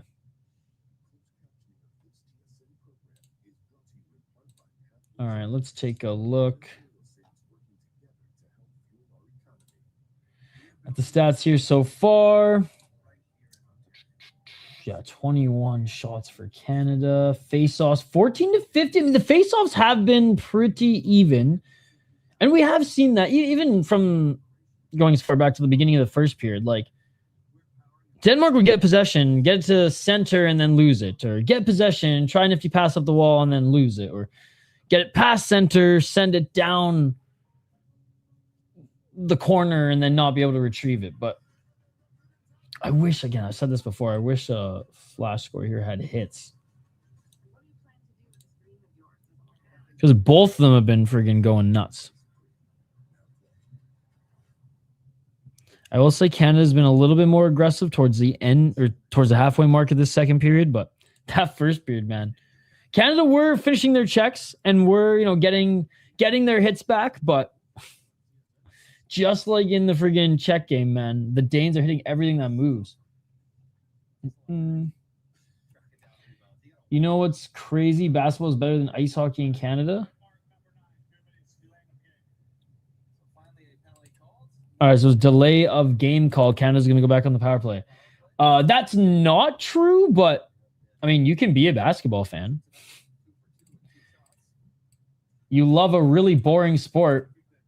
I don't even call it a sport. You love a really boring game and league. I'll say this. I like basketball, but the Lithuanian league is the only league I'm going to watch. That league, they actually have some balls. Like, they play like the mid-2000s and 90s. The NBA now is an absolute trash league. The players are softer than puppy shit. It's awful. And you can't fight in the NBA. So, like, why are we even watching a sport where you're not allowed to fight? Makes no sense. Makes no sense. Think about what you said in the corner there. 9-13. Canada has it. Left side. Oh, and cross ice pass. Martone misses that one. Right side, top of the circle. Cross ice pass back to the slot. Canada getting a little cute with these passes.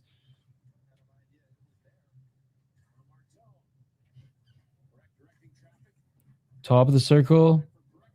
And Perek, man, bumblefucks it, and he's going to have to go back to center. Oh, then Perek falls on the ice. Come on, bro. You're the NHL player.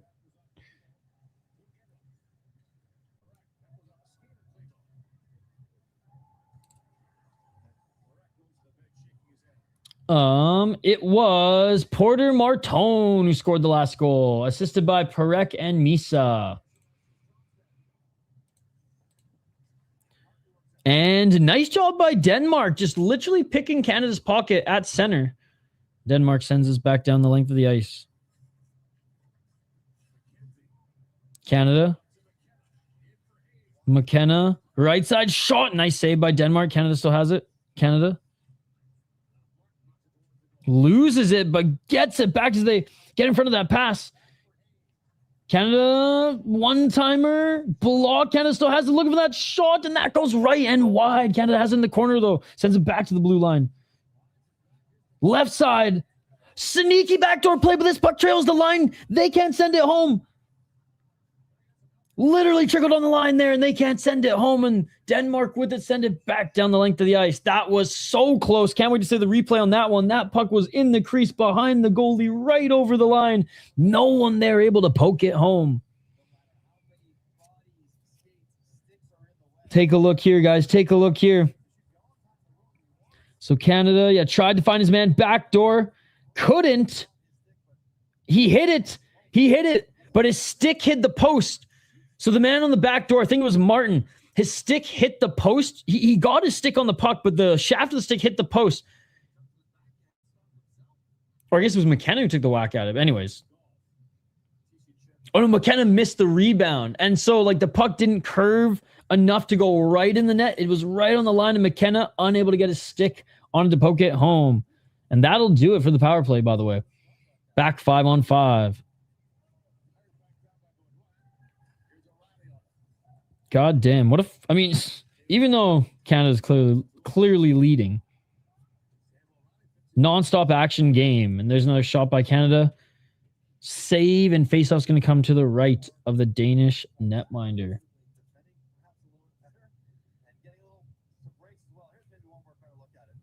Oh, so it was McKenna who set up Martin. It was Reshny who tried to go in for the final poke.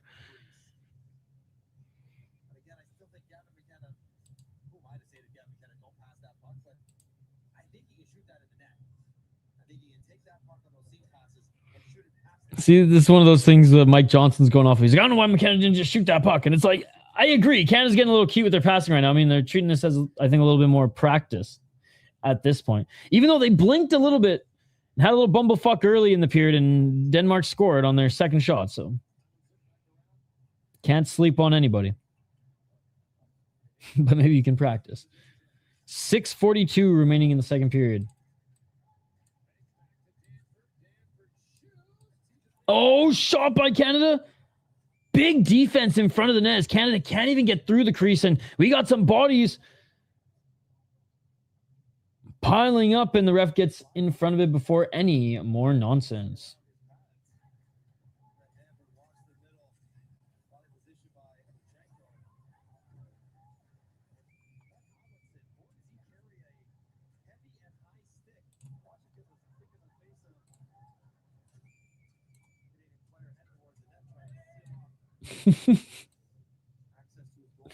I bet men are so sick of Denmark shit.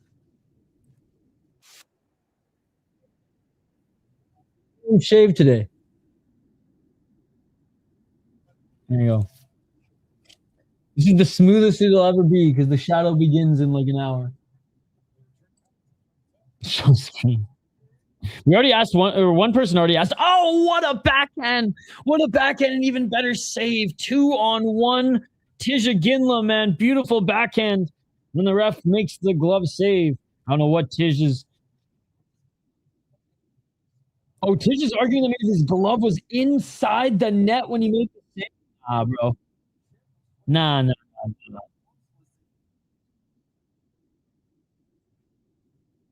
No, that's just a beautiful save. That's just a beautiful glove save. Face off to the left of the Danish netminder, and Denmark and they get it out of the zone. They've been pretty good on the face of it. Springs Canada, partial break, but great stick by Denmark. Denmark with it in Canada's zone. Pass. Top of the circle. Denmark couldn't get the shot off, but they still have it in the corner now. 2-on-1. Canada with some nice cross checks there, but Denmark picked the pocket of Canada. They got the corner trying to find someone in front, and nobody there. Nobody there. And Canada still has it. 5-7. Just you ready for knockout all night?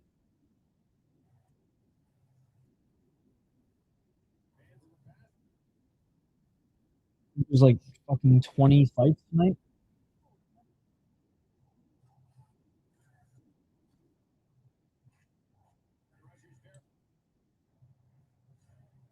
Every time I hear Verhoff, I just think Ehrhoff.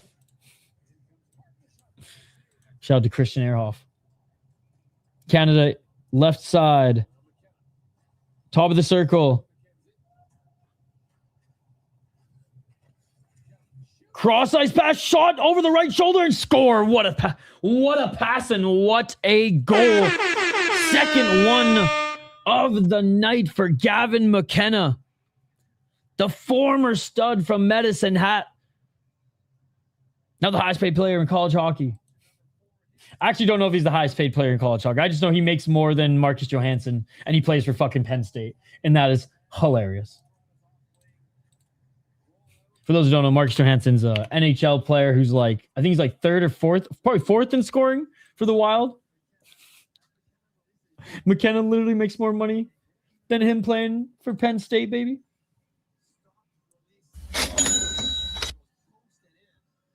Canada couldn't, man. Put it this way. Canada beat Latvia 2-1 in overtime. Finland beat Latvia 8-0. Canada needs a statement win. A statement win. But honestly, Denmark, they're the dirtiest team in this tournament. They go headhunting. They already have a few guys who were ejected for like hits to the head. They lift their shoulder up with their hits. They slash everything. And I love it. I love it. They're just dirty as fuck because they know they ain't the most skilled team. They know they ain't winning this tournament. They're trying to stay in the tournament. They don't want to be relegated. So they're just playing a mean brand of hockey, and it's amazing. Like the Czech versus Denmark game from 2 days ago, second best game in the tournament thus far. U.S. Slovakia was the best game of the tournament so far. That was on earlier today. Highly recommend you check it out if you missed it. 4-13 Canada sends it around the boards, and Denmark, they're going to try to break out, but they lose it at the blue line to Canada. Canada couldn't find anyone there with the backhand pass, and Denmark gets it back. Denmark able to push this into the Canada zone as they finish their change. Canada up the left side. Drop to O'Reilly on the blue line. Left circle and looking for that tip play. Can't get it through, but Canada still has it. Blue line. 3:38 in the second. Correct. Shot. Bar down, but doesn't go in. Rebound and nice save. Bar down above the line. And Denmark's lucky this isn't 6-1. Oh, dude. See, like, that's a fucking... It's not a cheap shot, but that's a dirty fucking hit, man. Going in low on someone like that. Denmark, dirtiest team in the league, or dirtiest team in this tournament. I absolutely love it. I just hope that the Canadian players survive because the Czech players barely survived.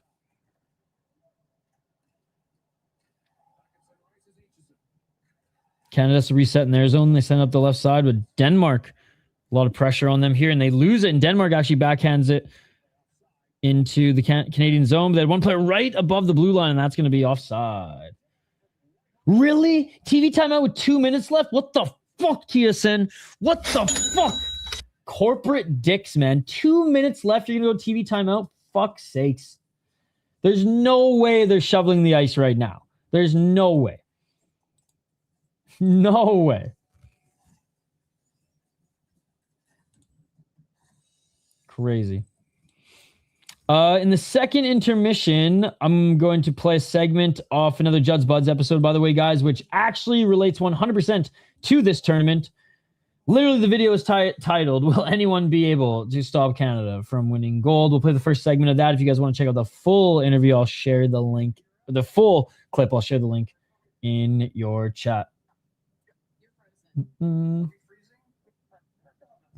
Mm.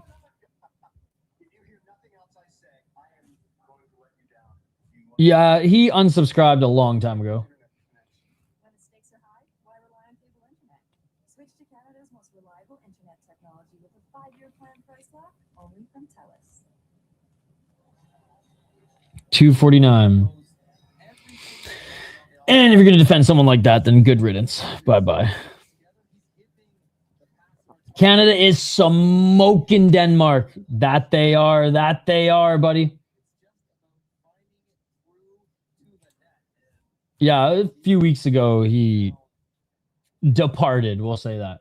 Edmonton versus Winnipeg game just ended. Final score 3-1 Edmonton. Fuck. I know we don't want Winnipeg getting... From a Wild perspective, we don't want Winnipeg getting, points and whatever. I can't stand Edmonton, so. As the resident Canadian here on the Sota Pod, I do like Winnipeg more than Edmonton, so. Honestly, both the cities probably suck. Edmonton's probably nicer than Winnipeg. I've only been to Winnipeg once when I was really young. I saw Mac Miller and Ari Shafir on the same night. So that was like a fun night in Edmonton, but would I go back? I'd go to Calgary instead. Sorry, Edmontonians. Calgary's a way doper city. You can love Calgary. One of Canada's most underrated cities. 1 minute 58 seconds. And Canada gets their pocket pick to the blue line.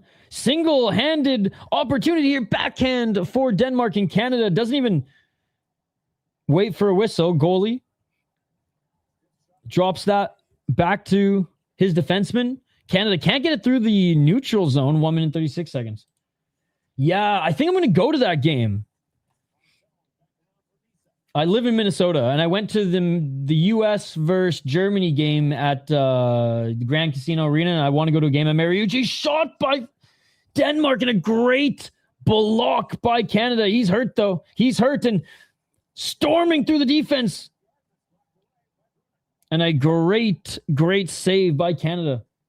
Yeah, that's going to be one of the best games of the prelims, I think.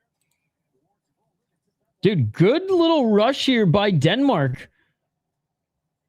Denmark trying to spring their men. Oh my God, that almost went in.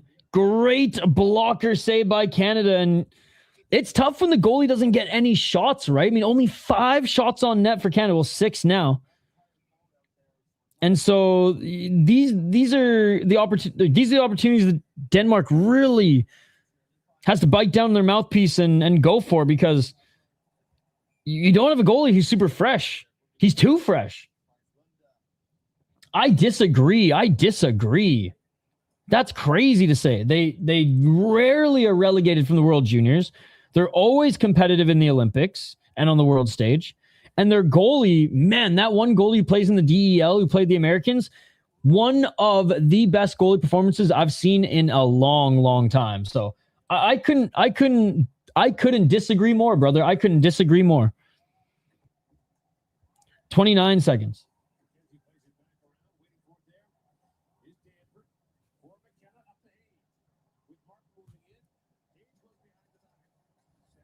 $18 seconds remaining and unable to slide that one in. Martin looking for the opportunity.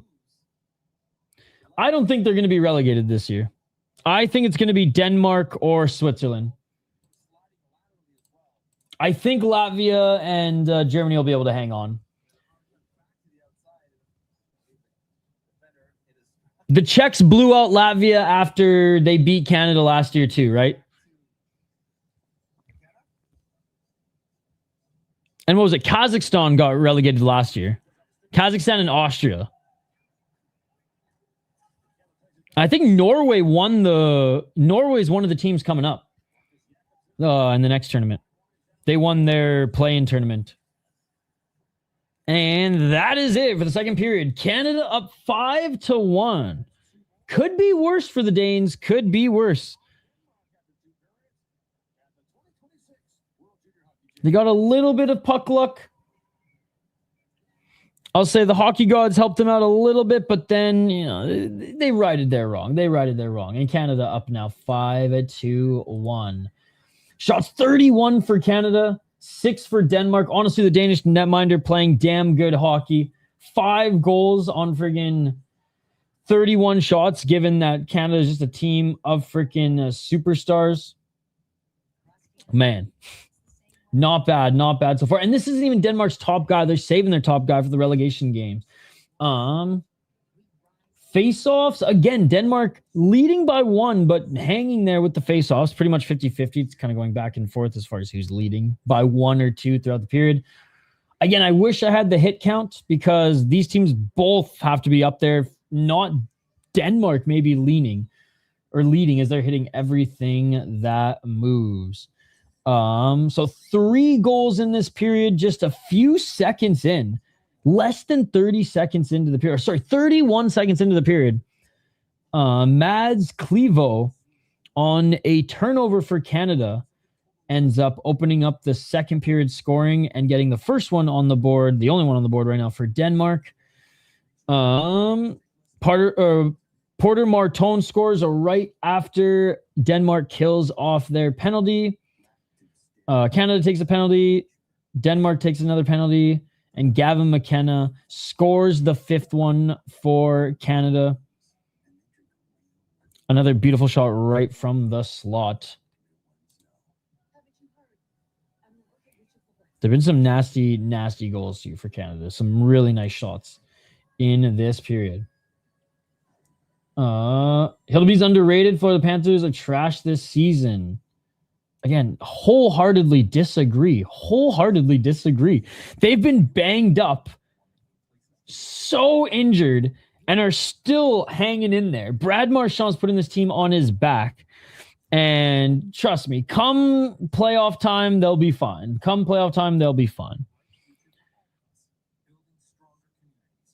Do I think they're going to three-peat? Absolutely not, because they are hurt. And it's not, I don't think the team's ever going to be as strong and healthy.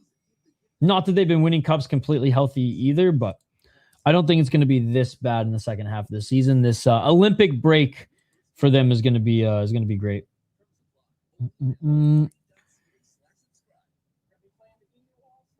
Oh man, this guy just likes to watch grown men cry.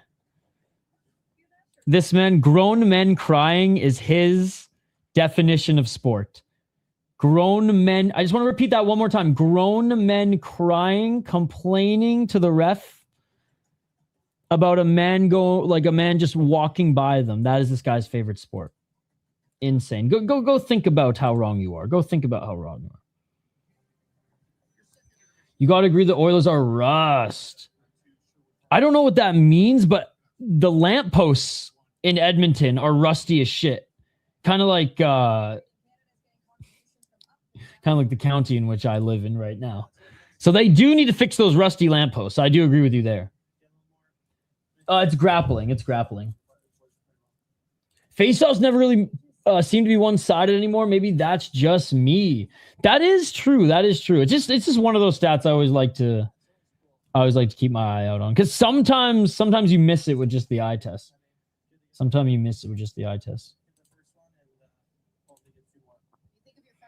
All right, Coots is being interviewed here. He got a goal also for Canada tonight.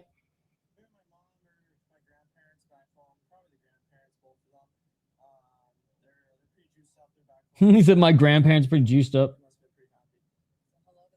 Personally, I support the Canucks, but they're ass. Yeah, that we will agree on. I'm from Vancouver Island originally, so and grew up in Prince George, so I bleed blue and green. Fuck the Aquilinis, dude. Sell the team.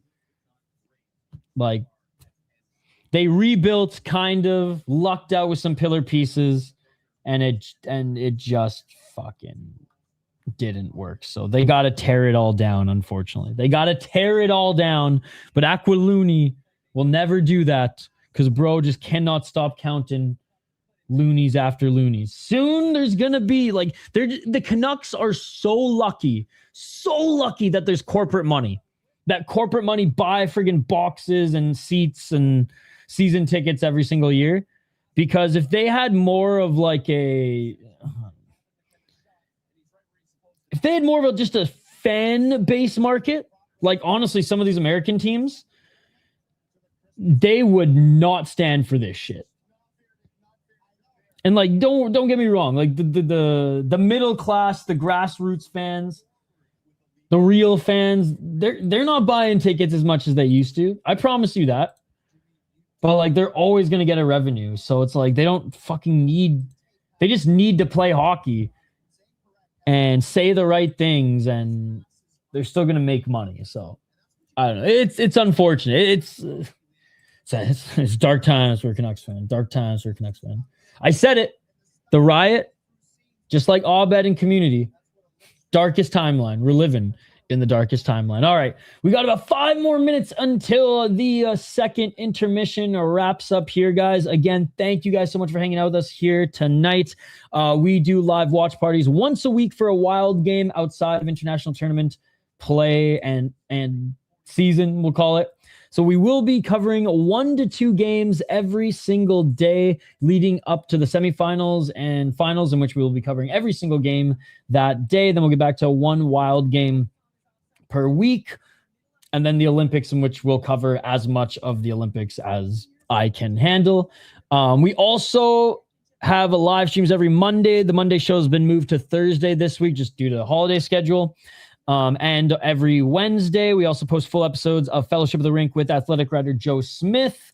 And if you listen to us via the podcast app, we have MNCAA, which is our college hockey-based podcast, and we drop every single audio piece, every single podcast via audio form on that feed. You can either find Judd's Buds, the Sota Pod, or Fellowship of the Rink there. Speaking of Judd's Buds and this tournament, I'll leave you guys with a quick little segment where Hoppy and Z, hosts of Judd's Buds, talk about, well, what teams have to do to be able to beat Canada in this tournament. So, quick teaser. I'll link the full video in the chat. We'll have our last break of the stream. We'll get back for some third period action in just a couple minutes. Yeah, and even the World Juniors talk would be somewhat brief anyways. Well, all right, let's keep it simple. We'll keep it simple-ish. Like, first, I know a lot of people listening understand and care, and hopefully that's like growing and growing based on the recent USA success with back-to-back gold.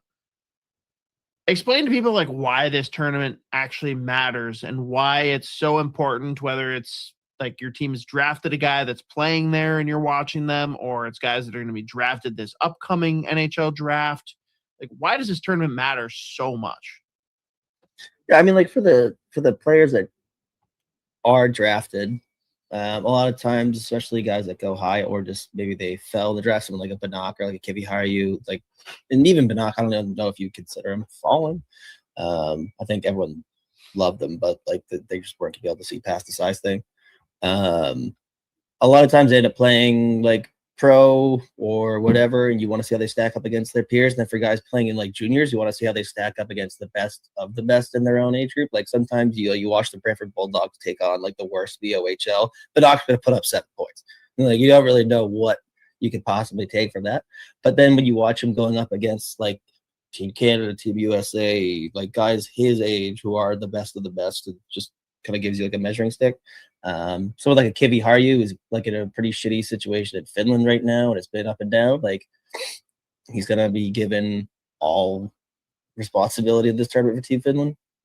It's gonna be a big opportunity for him to like shine, and again, just like stick out amongst his peers and guys his age. So, plus, I mean, these kids are just fired up to play, and like even sometimes, whether it's World Juniors or like the U18s, like you can like really see how well guys could kind of like control themselves too. Like someone like a Trevor Connolly takes like a fucking brutal penalty in the gold medal game, like in the third period, gets thrown out, like Canada scores 3 immediately. Like that always comes in. I mean, that's not like the biggest thing that we're gonna be paying attention to anyways, but just seeing how they stack against their peers. And then this year especially though is going to be big for the guys that are getting drafted this year. There's a bunch of legit NHL draft prospects all going to be here. Specifically, obviously we're doing the Veerhoff McKenna thing. But let's start with your golden children. Let's do it. We've got actually a comment here.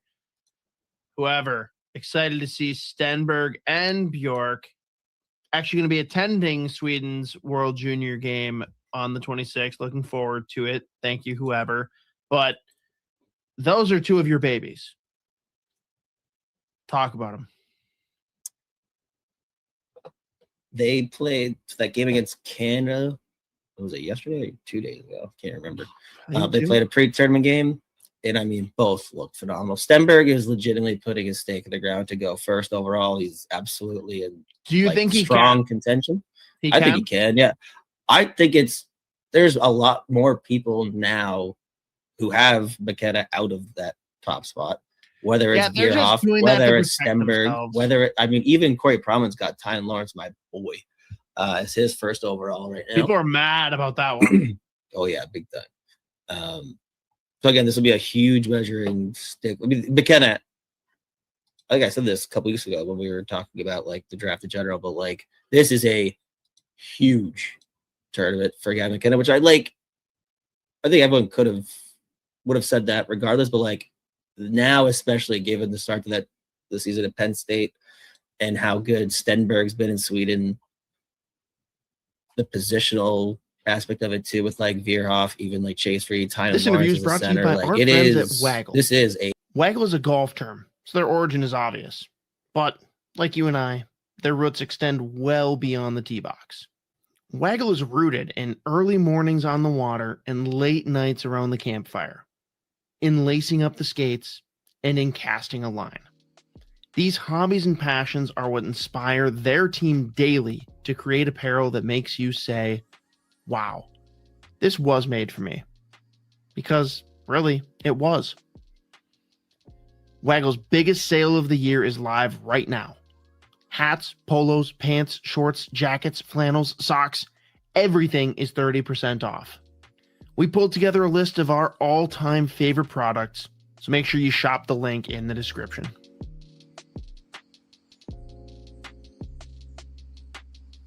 Zamboni's on 7th Restaurant and Bar at 174 West 7th Street, right across the street from Grand Casino Arena. We're going to keep calling it the X. More than just your go-to spot before, during, and after all your favorite downtown events, Zamboni's on 7th is now your spot for late-night downtown eats. On game days, event days, and plain old regular days, Tuesday through Saturday. Zamboni's on 7th is now serving their delicious tavern-style pizza, as well as fried specialties late into the night. Check out their menu online at zambonison7th.com or stop by for a few beers, cocktails, or sodas and dig in. Zamboni's on 7th. Before, during, and after. Way after. And we are back live here on the Sota Pod YouTube channel for another World Junior party. About to start the third period. Canada versus Denmark, and they lead Denmark 5-1 shots, 31-6 for the Danes. The Danes, they missed out on a few other opportunities. It could be close to like 31-10 if the Danes actually hit the net on those opportunities in the first period. They were able to score one. They capitalized on a mistake by Canada, bumblefucking the puck way too close to the net, and one of the Danish players was able to jump on it and put it home, making it at the time just a 3-1 game, but two more goals for the Canadians, and they lead 5-1.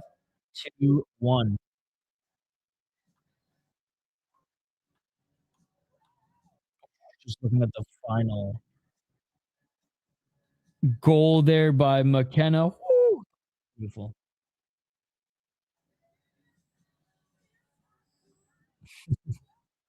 All right, final commercial. I believe this is the final TV timeout before we get back to puck drop, guys. Let's take a look at the poll question. I know we got some Canadian viewers here. Hopefully got some Danish viewers as well. Look, I've been saying this all night. I hope you guys know that it's a compliment.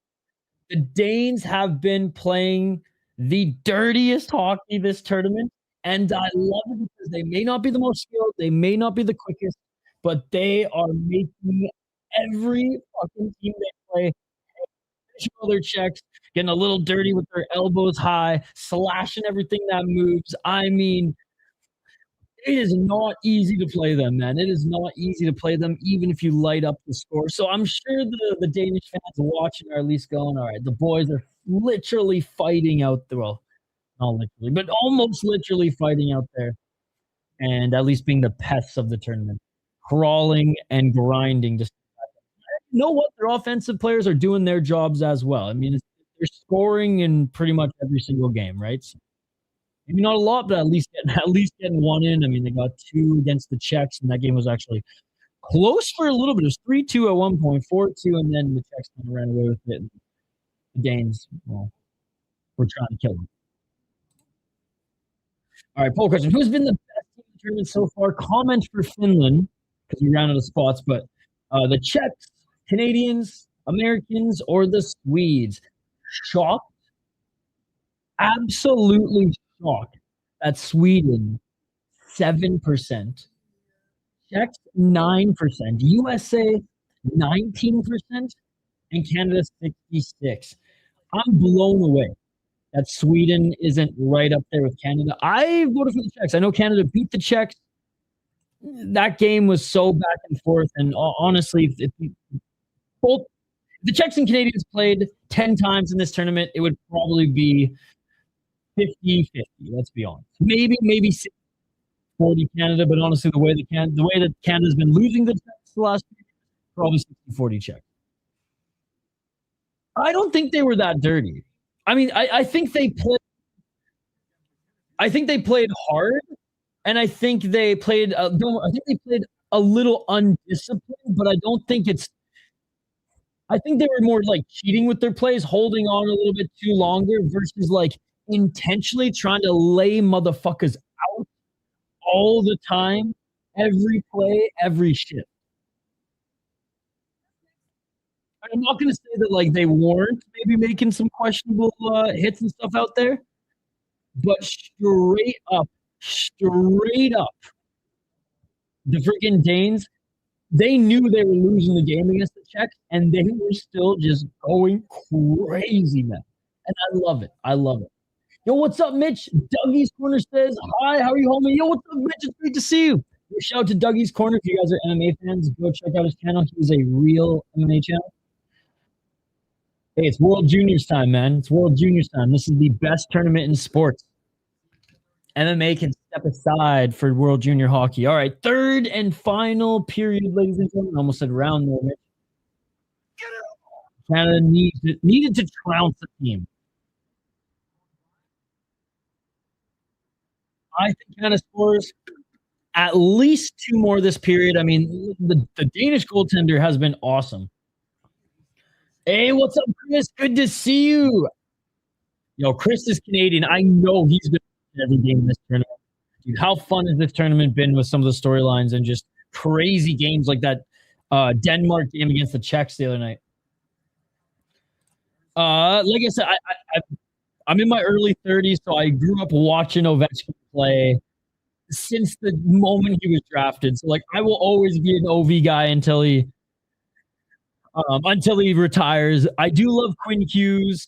Palat has always been like a fucking underrated player, a favorite of mine.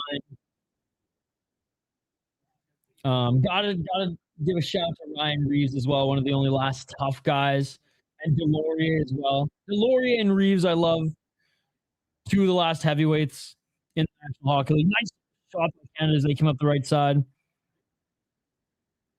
And then, like, my 2 favorites of, like, all time, who I think are the greatest are Lemieux and Gordy.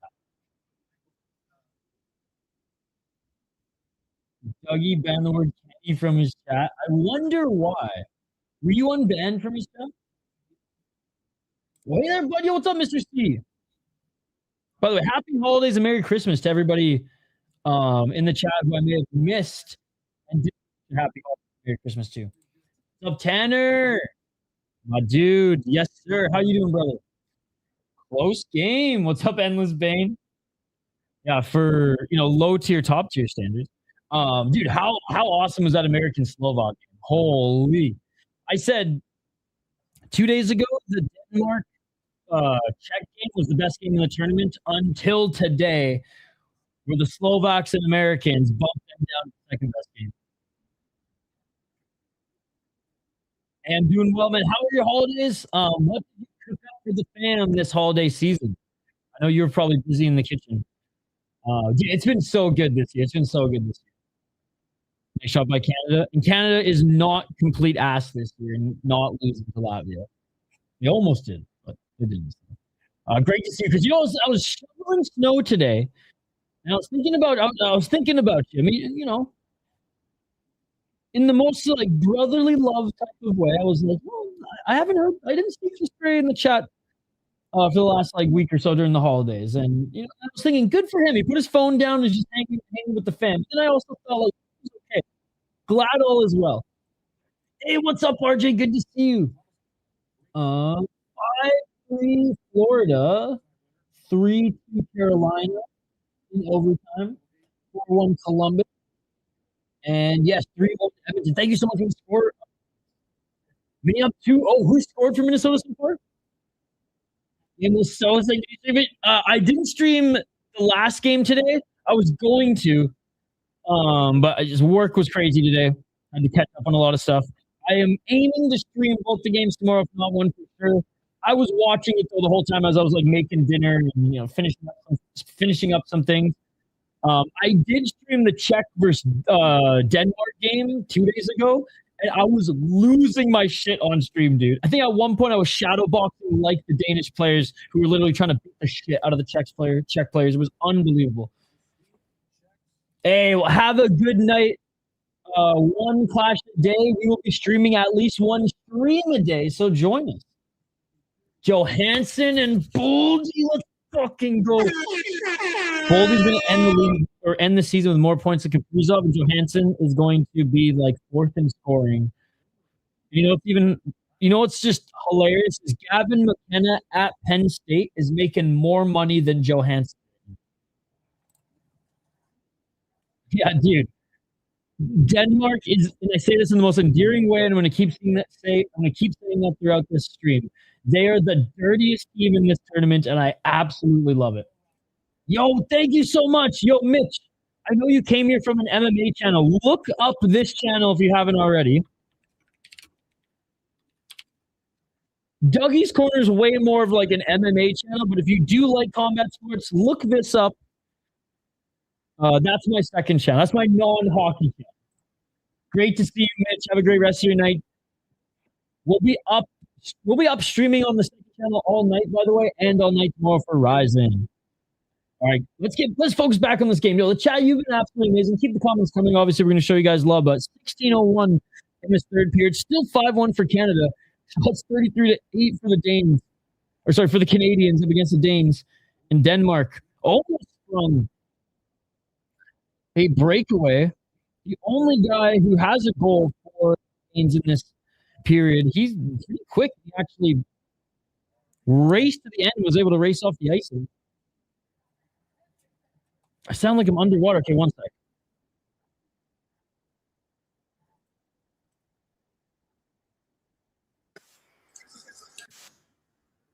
Is it better now?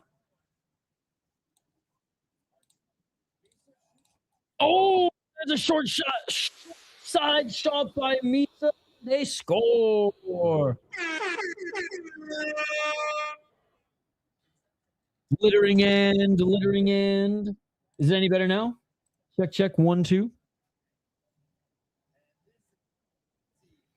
Choose something you have been spending time with the fam a lot lately. Just one massive scrap on boxing. But other than that, it's been pretty Christmas for the most part.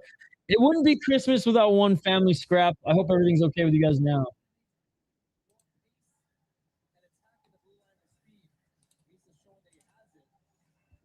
I'll have a liter cola. Okay, thank you so much for pointing it out. I know exactly what happened. I had the clip playing in the background that I played for you guys in the break. And for some reason, when there's something playing in the background, it just fucks everything here. So thank you so much for letting me know. Sorry for the first 5 minutes that it sounded like shit, guys. I want a goddamn liter of cola.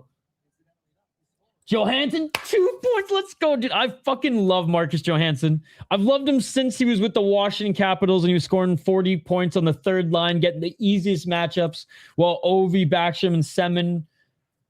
And even after Semin left, friggin' Kuznetsov and Burkowski getting the harder matchups. Canada tried to go for a cross-ice pass, but good job by the Danes getting in the middle of that one, and they forced the puck back to the center. Big shout out to everybody watching, by the way. If you haven't already, smash that like button. Subscribe to the channel. We're trying to get to 3,000 subscribers by the end of the tournament. We got, what, a week and a half or 2 weeks left? Come on, guys. Subscribe to the channel. Let's go. We were able to grow City Life. Oh, McKenna, dirty backhand. Oh, what a goal. What a goal. Backhand to forehand behind the goalie. That was nasty. That's his hat trick. That's his hat trick. That's his third of the game. That's his third of the game. And there's the hats. A few Gopher hats on the ice. Let's go, baby.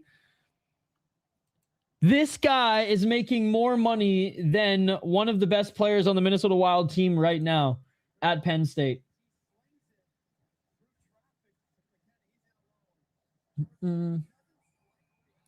Yeah, it could have been a lot worse for sure. Let's say I can understand why some religions, some places ban the booze. Unreal. That was one of the nastiest goals I've seen in the tournament so far. Oh, fakes the shot. Who is this guy, Patrick Kane? Who is this guy, Patrick Kane? Oh my God, that was beautiful. Oh my God. Fucking Avs, bro. I was talking to Mateo earlier how they're just a pain in Minnesota and Dallas's side. Hold on, there was a picture. I don't know if I saved it on this. Oh, someone threw a friggin' helmet on the ice too. Boy, you gotta chill the fuck out.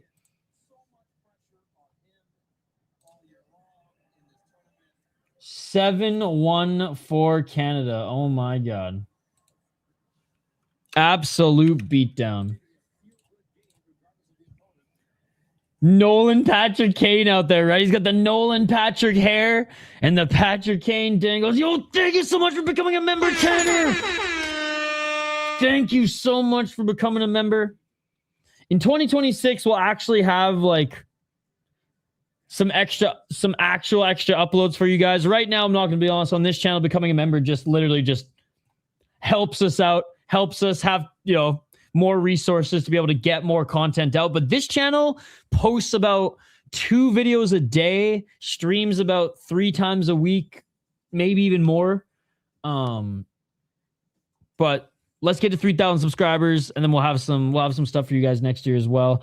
A lot of the interviews that we do, if we bank them, we definitely will post them early for members. We just haven't had a lot of banked interviews lately because everything with Quinn Hughes, we've just been kind of posting right away. But thank you so much.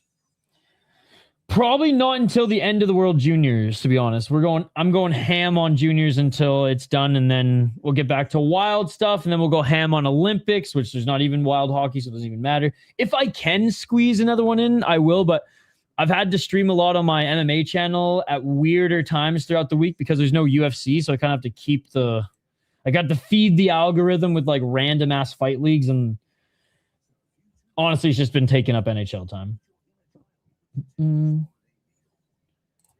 Mitch, who was just in the live chat, is not only a fellow Dougie's Corner chatter, but a British Columbian chat as well. Let's go, man. Beautiful BC, baby. Dude, hell yeah, dude. Let's go. By the way, this is Minnesota and Dallas right now. They both hate the Avs. This is the Minnesota Wild and Dallas Stars right now in common hatred for the freaking Avalanche. I have a close friend in Czechia who's been playing a couple local hockey leagues. I'll send him to the channel. Let's go, dude. Oh, Canada, terre de nos aïeux. 13:32. Back at the blue line. Canada with a shot. That goes all the way through traffic, but a save for Denmark. Lachenko. Oh, the dangles, bro. The dangles. God, there's there's 2 linesmen and 2 officials on the ice, and they've been so slow in picking up like broken sticks and shit this whole tournament. Even in the US-Germany game. It was like a helmet and a stick on the ice for like 5 minutes. It was crazy. Nice job by Denmark getting into the Canadian zone. Eats a hit there, but oh, nice hit by Denmark on Canada, but Canada gets a puck back. Canada with it.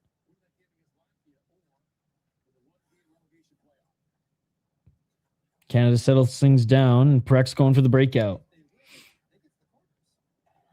And what a freaking shot into the freaking Dane zone right off the backboard. Canada tried to get their own dump-in rebound. Behind the net, Baudouin to the blue line. Oh, Verhoeven with a shot and a block by Denmark. Another shot by Canada. Great save. This Denmark goalie's glove has been unreal. On again, Denmark just friggin' yapping away, trying to get under Canada's skin.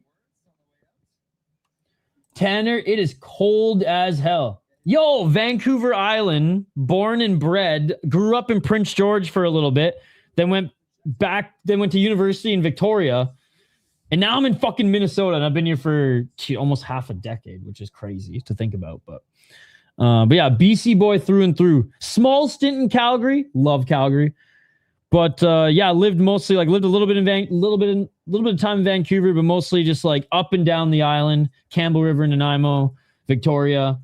Little bit of time in Comox as well, and then yeah, most of my childhood was in PG. Shout out to the Prince George Cougars. Hello, what's up, Marie? Hobby better be flying high now that the Pens have Chinnikov for pretty cheap. Dude, what a great trade for the Pens. The Pengies. Yeah, it's cold as fuck right now, but it's winter. It was sunny today, but God, the roads were horrible today because we had some rain yesterday and then everything froze today. I don't think he's UFC bound. I think like Ryzen or KSW will pick him up. Octagon is starting to test with WADA, so I don't think he's going to be with Octagon much longer.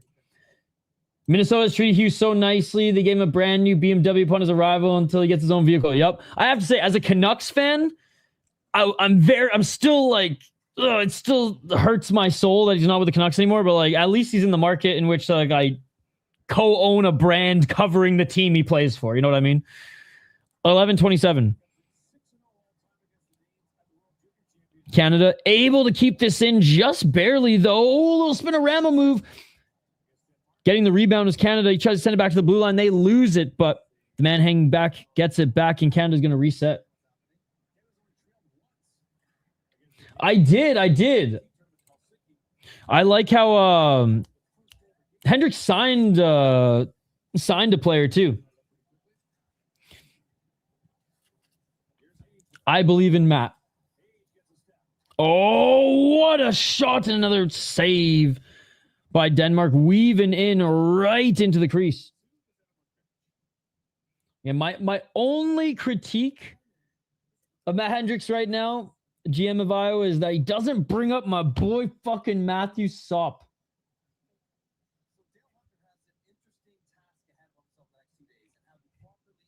I was so scared the ECHL was going to go on strike, or the players are going to go on strike, and then he wouldn't be able to play. I don't think he's ever going to be an NHL player, but I would love for him to at least get a game someday. His story to getting signed to pro is just so awesome. 40 shots for Canada. Man, their netminder. And get this man a beer after this game. Oh, I guess he can't because it's fucking America. The junior players must love coming to Alberta. where the drinking age is 18. Red Deer in Calgary or Red Deer in Edmonton, I bet they just love it. Impressive ass performance versus Boudet. I'll be following his career now. Oh, dude, he's the greatest Irish MMA fighter of all time and a true double champion who actually defends his belts. 10-23. Actually has a classy legacy too. Unlike a certain drunk and cokehead out of Ireland, who at one point was a fighter. 10:05. And I think now is a politician. Or at least trying to be. Canada tried to bounce this one off the back of the pad of Denmark. Unable to do so, but Canada has it in the corner. John Jones' legacy. Will Fleury's legacy is better than John Jones. I still think, though, Phil DeFree would beat Will Fleury. But you know what? If KSW is smart, they go to Will Fleury and say, bro, we'll pay for your steroids. Fuck WADA. And they give him the title shot against Phil DeFree. And even if Phil DeFree loses in that fight, it's like the torch has been passed. 9:23, and the Danes get it back in their zone. They're looking to break out now. Canada doesn't even change, bro. Doesn't even change. And here come the Danes, and they lose it. Deep in the Canadian zone. Oh, they're able to hold the line, though, and a shot, and nice save for Canada. And we'll go to the TV timeout. At least it's clear out tonight in Minnesota, so they could actually get some nice like aerial views of Minneapolis and St. Paul. The last couple of days, it's been so freaking foggy. All right. TV timeout, guys. TV timeout. Shots 41-8 for Canada.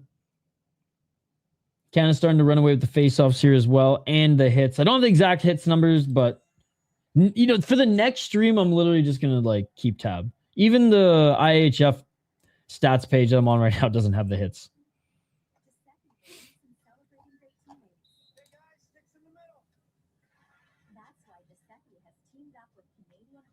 It's okay. So I'm watching the TSN broadcast, so a bunch of Canadian commercials, and there's a like commercial with Jerome McGinley, like doing some like youth hockey thing or whatever. It's crazy that like we're watching the World Juniors and his kid, who's already drafted into the NHL, is playing, man. Like every time they say Iginla, I'm just like, I cannot believe that his kid is like, he's gonna be a fucking stud, and you just know he's gonna be a stud. He does seem like a massive Chad when seeing interviews. Him and KSW would be bonkers, and they'll pay him. They'll pay him. The thing is, like, dude, Octagon is going to lose a lot of its flair when WADA takes over. There's going to be a lot of guys who piss hot, or there's going to be a lot of people who leave Octagon. And Will Fleury, their double champ's going to be one of those guys. I guarantee it. All right, 8:58.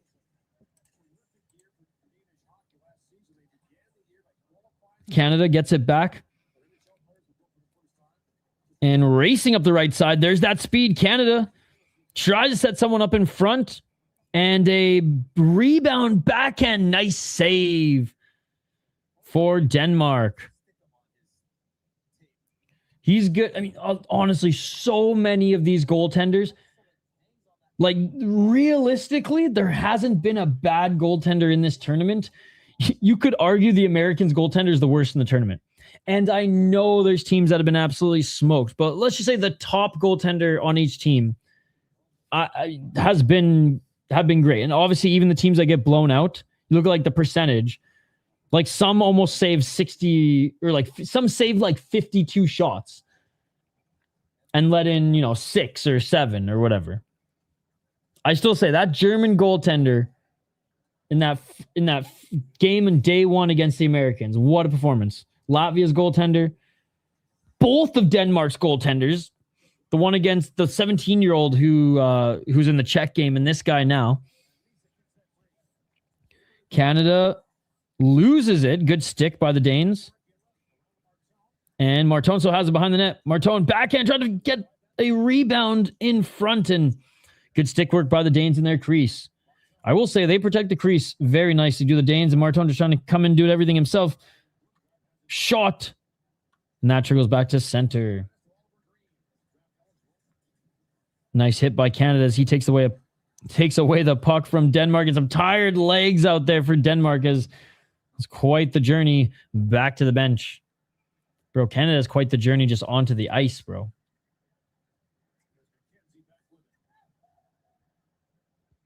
Chris, I don't know if you've probably heard this, but like Canada's changing room is so far away from the rink. They're at the... Oh, what a single-handed opportunity there for Canada, but a great save by Denmark as he came in weaving through 3 or 4 players and backhand just couldn't get through. But so the women's Gophers rink, which is gorgeous rink, by the way, it looks like one of the nicer WHL rinks.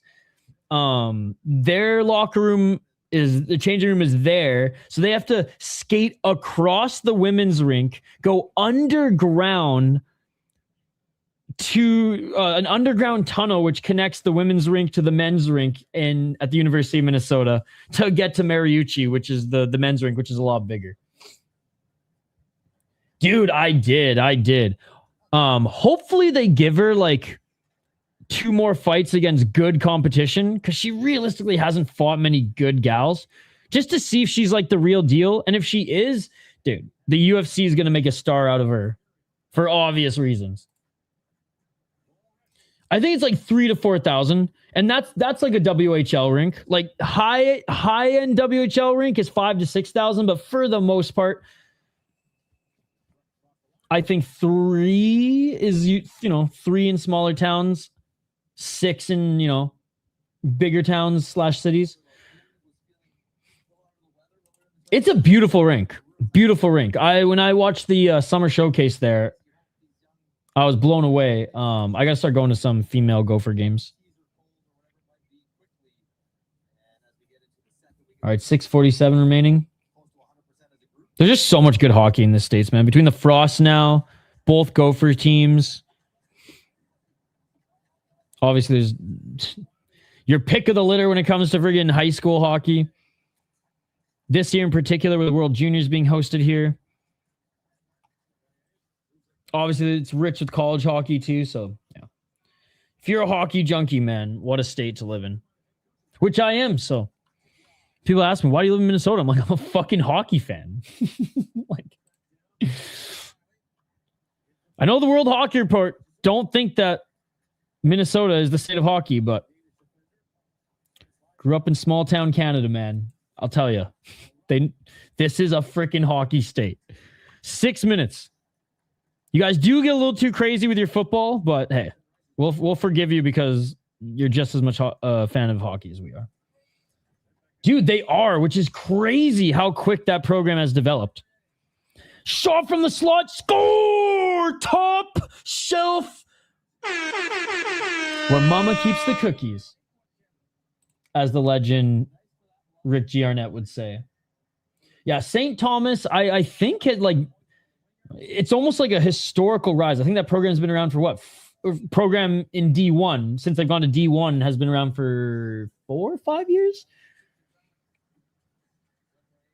I know they were D3 for a long time, but and what's cool about that is now that the St. Thomas High School can start feeding their own players to the university rather than these guys going to other big programs, like the Gophers, like Duluth, like North Dakota.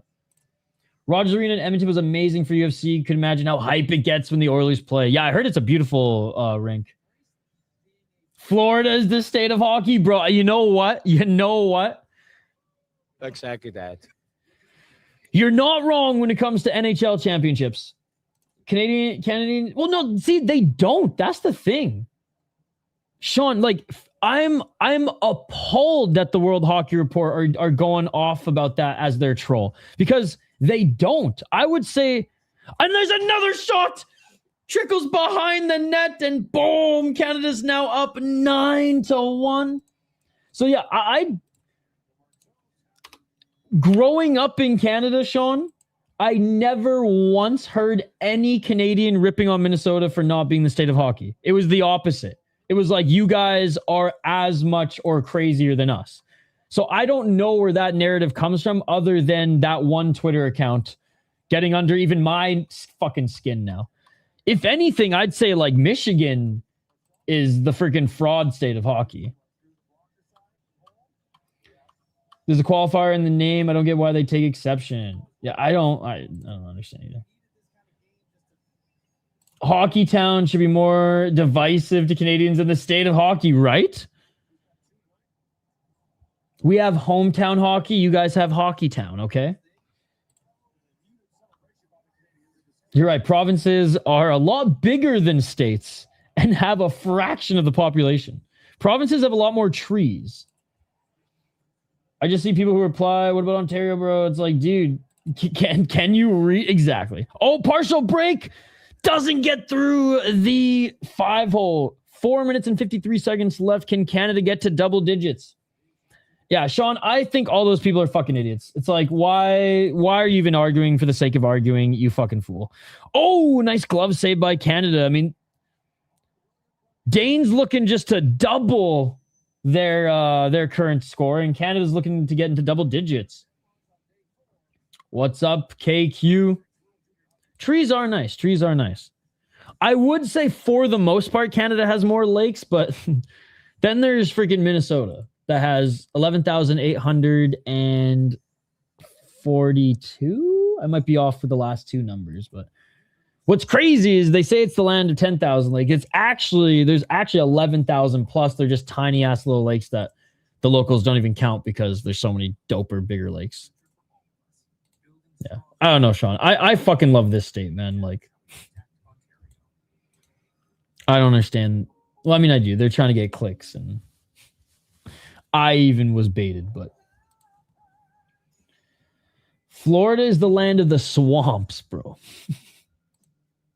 Florida's land of the swamp and beautiful ocean, but Florida's land of the swamp, dude. If only Louisiana had big hockey, then they could steal that title. But shout out to the Ice Skaters, though. Shout out to the Ice Skaters. I don't think they're still around, but that was a legendary ECHL team. Florida right now is the state of hockey. Wisconsin debatably has more lakes, but who cares? Yeah, fuck Wisconsin, bro. All right, 441. The only thing I dig about Wisconsin is beer is literally $3 at the bar. That's fucking awesome. But weed's not legal yet, so like, come on, guys. Like, 424. It's because people start buying less $3 beer if they start selling weed in that state. And Canada getting a little sloppy with these passes here. Hey, you know what? It's loud there in Mariucci. Got to imagine that, like, you know, maybe the Canadians who are going to school at the University of Minnesota are there. The crowd isn't as bad as the last few games. I just realized you love fighting, trying to start a Minnesota Fight Club. Wait, what'd I say? What'd I say? Is Calgary the Boise of Canada? No. It's more like the friggin' Dallas or Houston of Canada.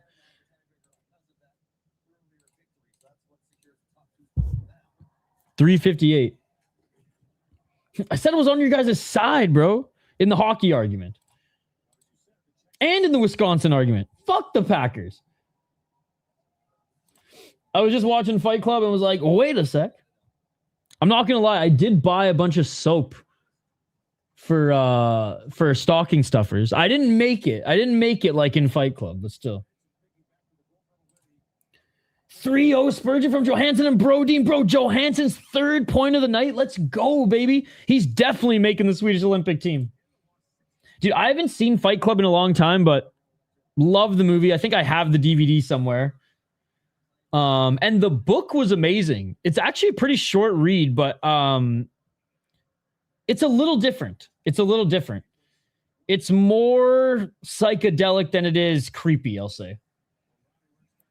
Nice glove save by Denmark. 3 minutes on the clock. 47 shots for Canada. You can't even be critical of the Danish goalie at this point. Like he did everything he could. And he's made some tremendous saves. Guys, smash that like button and subscribe. We are aiming to do both games tomorrow. If we can't do 2, we'll definitely do 1. Probably the earlier one. We'll see.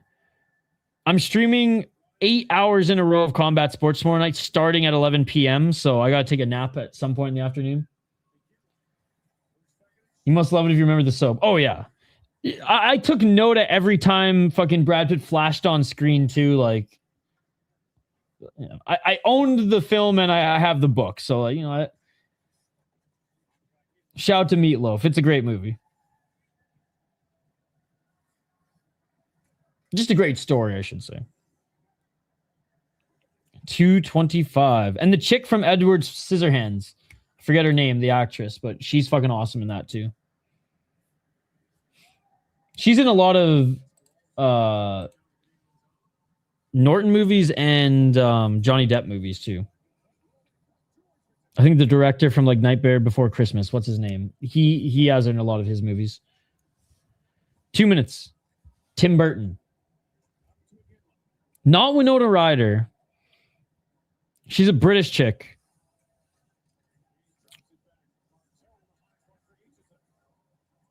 I think she might have even been in like the Harry Potter movies too, as like, you know, one of the bad guys. I'm trying to think of what else she was in, but I think Fight Club was like her biggest like blockbuster movie. Yes. She's an unbelievable actress. Yep. 124. Can the Canadians get double digits? Oh, okay. Well, that explains it.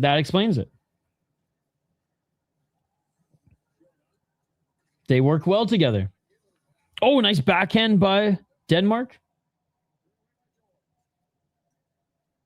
Rango. I don't think so. Canada and Gavin McKenna in particular looking for his 4th goal. McKenna still has it. Springs his man on the left side. Backhand slot. McKenna couldn't hold it down.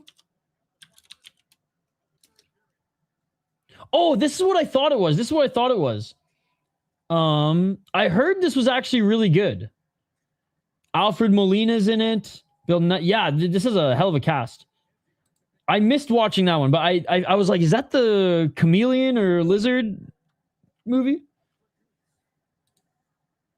Was this Tim Burton as well? Shit, it won a lot of awards, eh? Oh, Lachenko shoots and that one goes left and wide. Okay, I'll have to check it out. I mean, most of his films are awesome. He's getting long in the tooth and even more crazy than he used to be now, but all right, 10 seconds remaining in this one, guys. Let's see if Canada can get one more shot off, one more zone entry, or one more goal.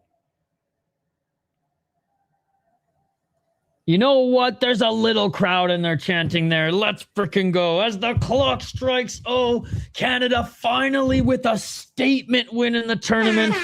They couldn't beat Latvia by more than 1, but they beat Denmark by 8. Let's freaking go. God, I cannot wait to sing the Canadian national anthem loud and proud. Funny enough, at Mariucci later this week. As awesome and as like the actual tune of the Star Spangled Banner is unbelievable. I haven't been able to belt out my national anthem in a while. I think the last time was when the Edmonton Oilers played the Wild and I went to that game, but that was like 2 years ago. Cover the rest of the Wild game. I got to eat dinner, brother. I got to eat dinner. And then Tanner, I'm staying up all night. There's a 7-hour kickboxing card that starts in an hour that I got to cover. Well, actually, I think it starts now, but I got to eat dinner and set up that stream. So I'll be live on City Life for all night for the next 7 hours, brother. For the next 7 hours. Or else I would. All right. I can't believe Johansson has 3 points. That's unbelievable. Unbelievable. I'm so happy for him. All right. So to close out the day, Canada defeats Denmark 9-1. The Americans beat Slovakia in the best game of the tournament yet. Highly recommend you guys go back and watch this one if you haven't already. They beat the Slovaks, like I said, 6-5. The Czechs narrowly beat the Finns in a nail-biter today. They beat them in overtime 2-1. And Sweden absolutely trounced Germany 8-1. Tomorrow, only 2 games on the docket. Tomorrow we have Switzerland versus Germany earlier in the day and Latvia versus Denmark. In my opinion, 2 really interesting games and 2 games in which you're going to see, okay, who out of the bottom tier is going to separate themselves from the rest, right? So that one should be a fun one. And then on the 31st, man, what a day. Switzerland, Slovakia, Czechs versus Latvia, Americans versus Sweden. I think Sweden is coming into the tournament. I thought Sweden was the best team. So far in the tournament, I like the Czechs the most. And then Canada versus Finland, I'm going to try to go to that game. And then New Year's Day, the boys have off. And then the second, man, we get things rolling. God, I'm so excited. We'll have extensive coverage throughout the entirety of this tournament, guys. Hey, cheers, man. Cheers. Well, thank you guys so much for joining. I appreciate you all. All of you watching on Twitter, X, or Facebook, get your ass over to YouTube. Subscribe to the channel. We're trying to get to 3,000 subscribers by the end of the tournament, and I know we will get there. Oh, as the national anthem plays loud and proud, ladies and gentlemen, let's fucking go. 9-1 for the Canadians. Oh, Canada. Enjoy the rest of the Wild game to all the Wild and Minnesota homies in the live chat. Crack a cold one, preferably a Canadian beer. If to all my friends in the Great White North, and if you're out west or on the island, it better be a fucking Hams shit. See, that's the Minnesota now seeping in. It better be a Lucky Lager. The Hams of the West. Oh, let's freaking go, baby. All right, guys. Thank you so much. We'll be back tomorrow with more coverage. We'll be back on the City Life pretty much every single day as well. Smash that like button and subscribe, and we'll see you on the next one. Hold on.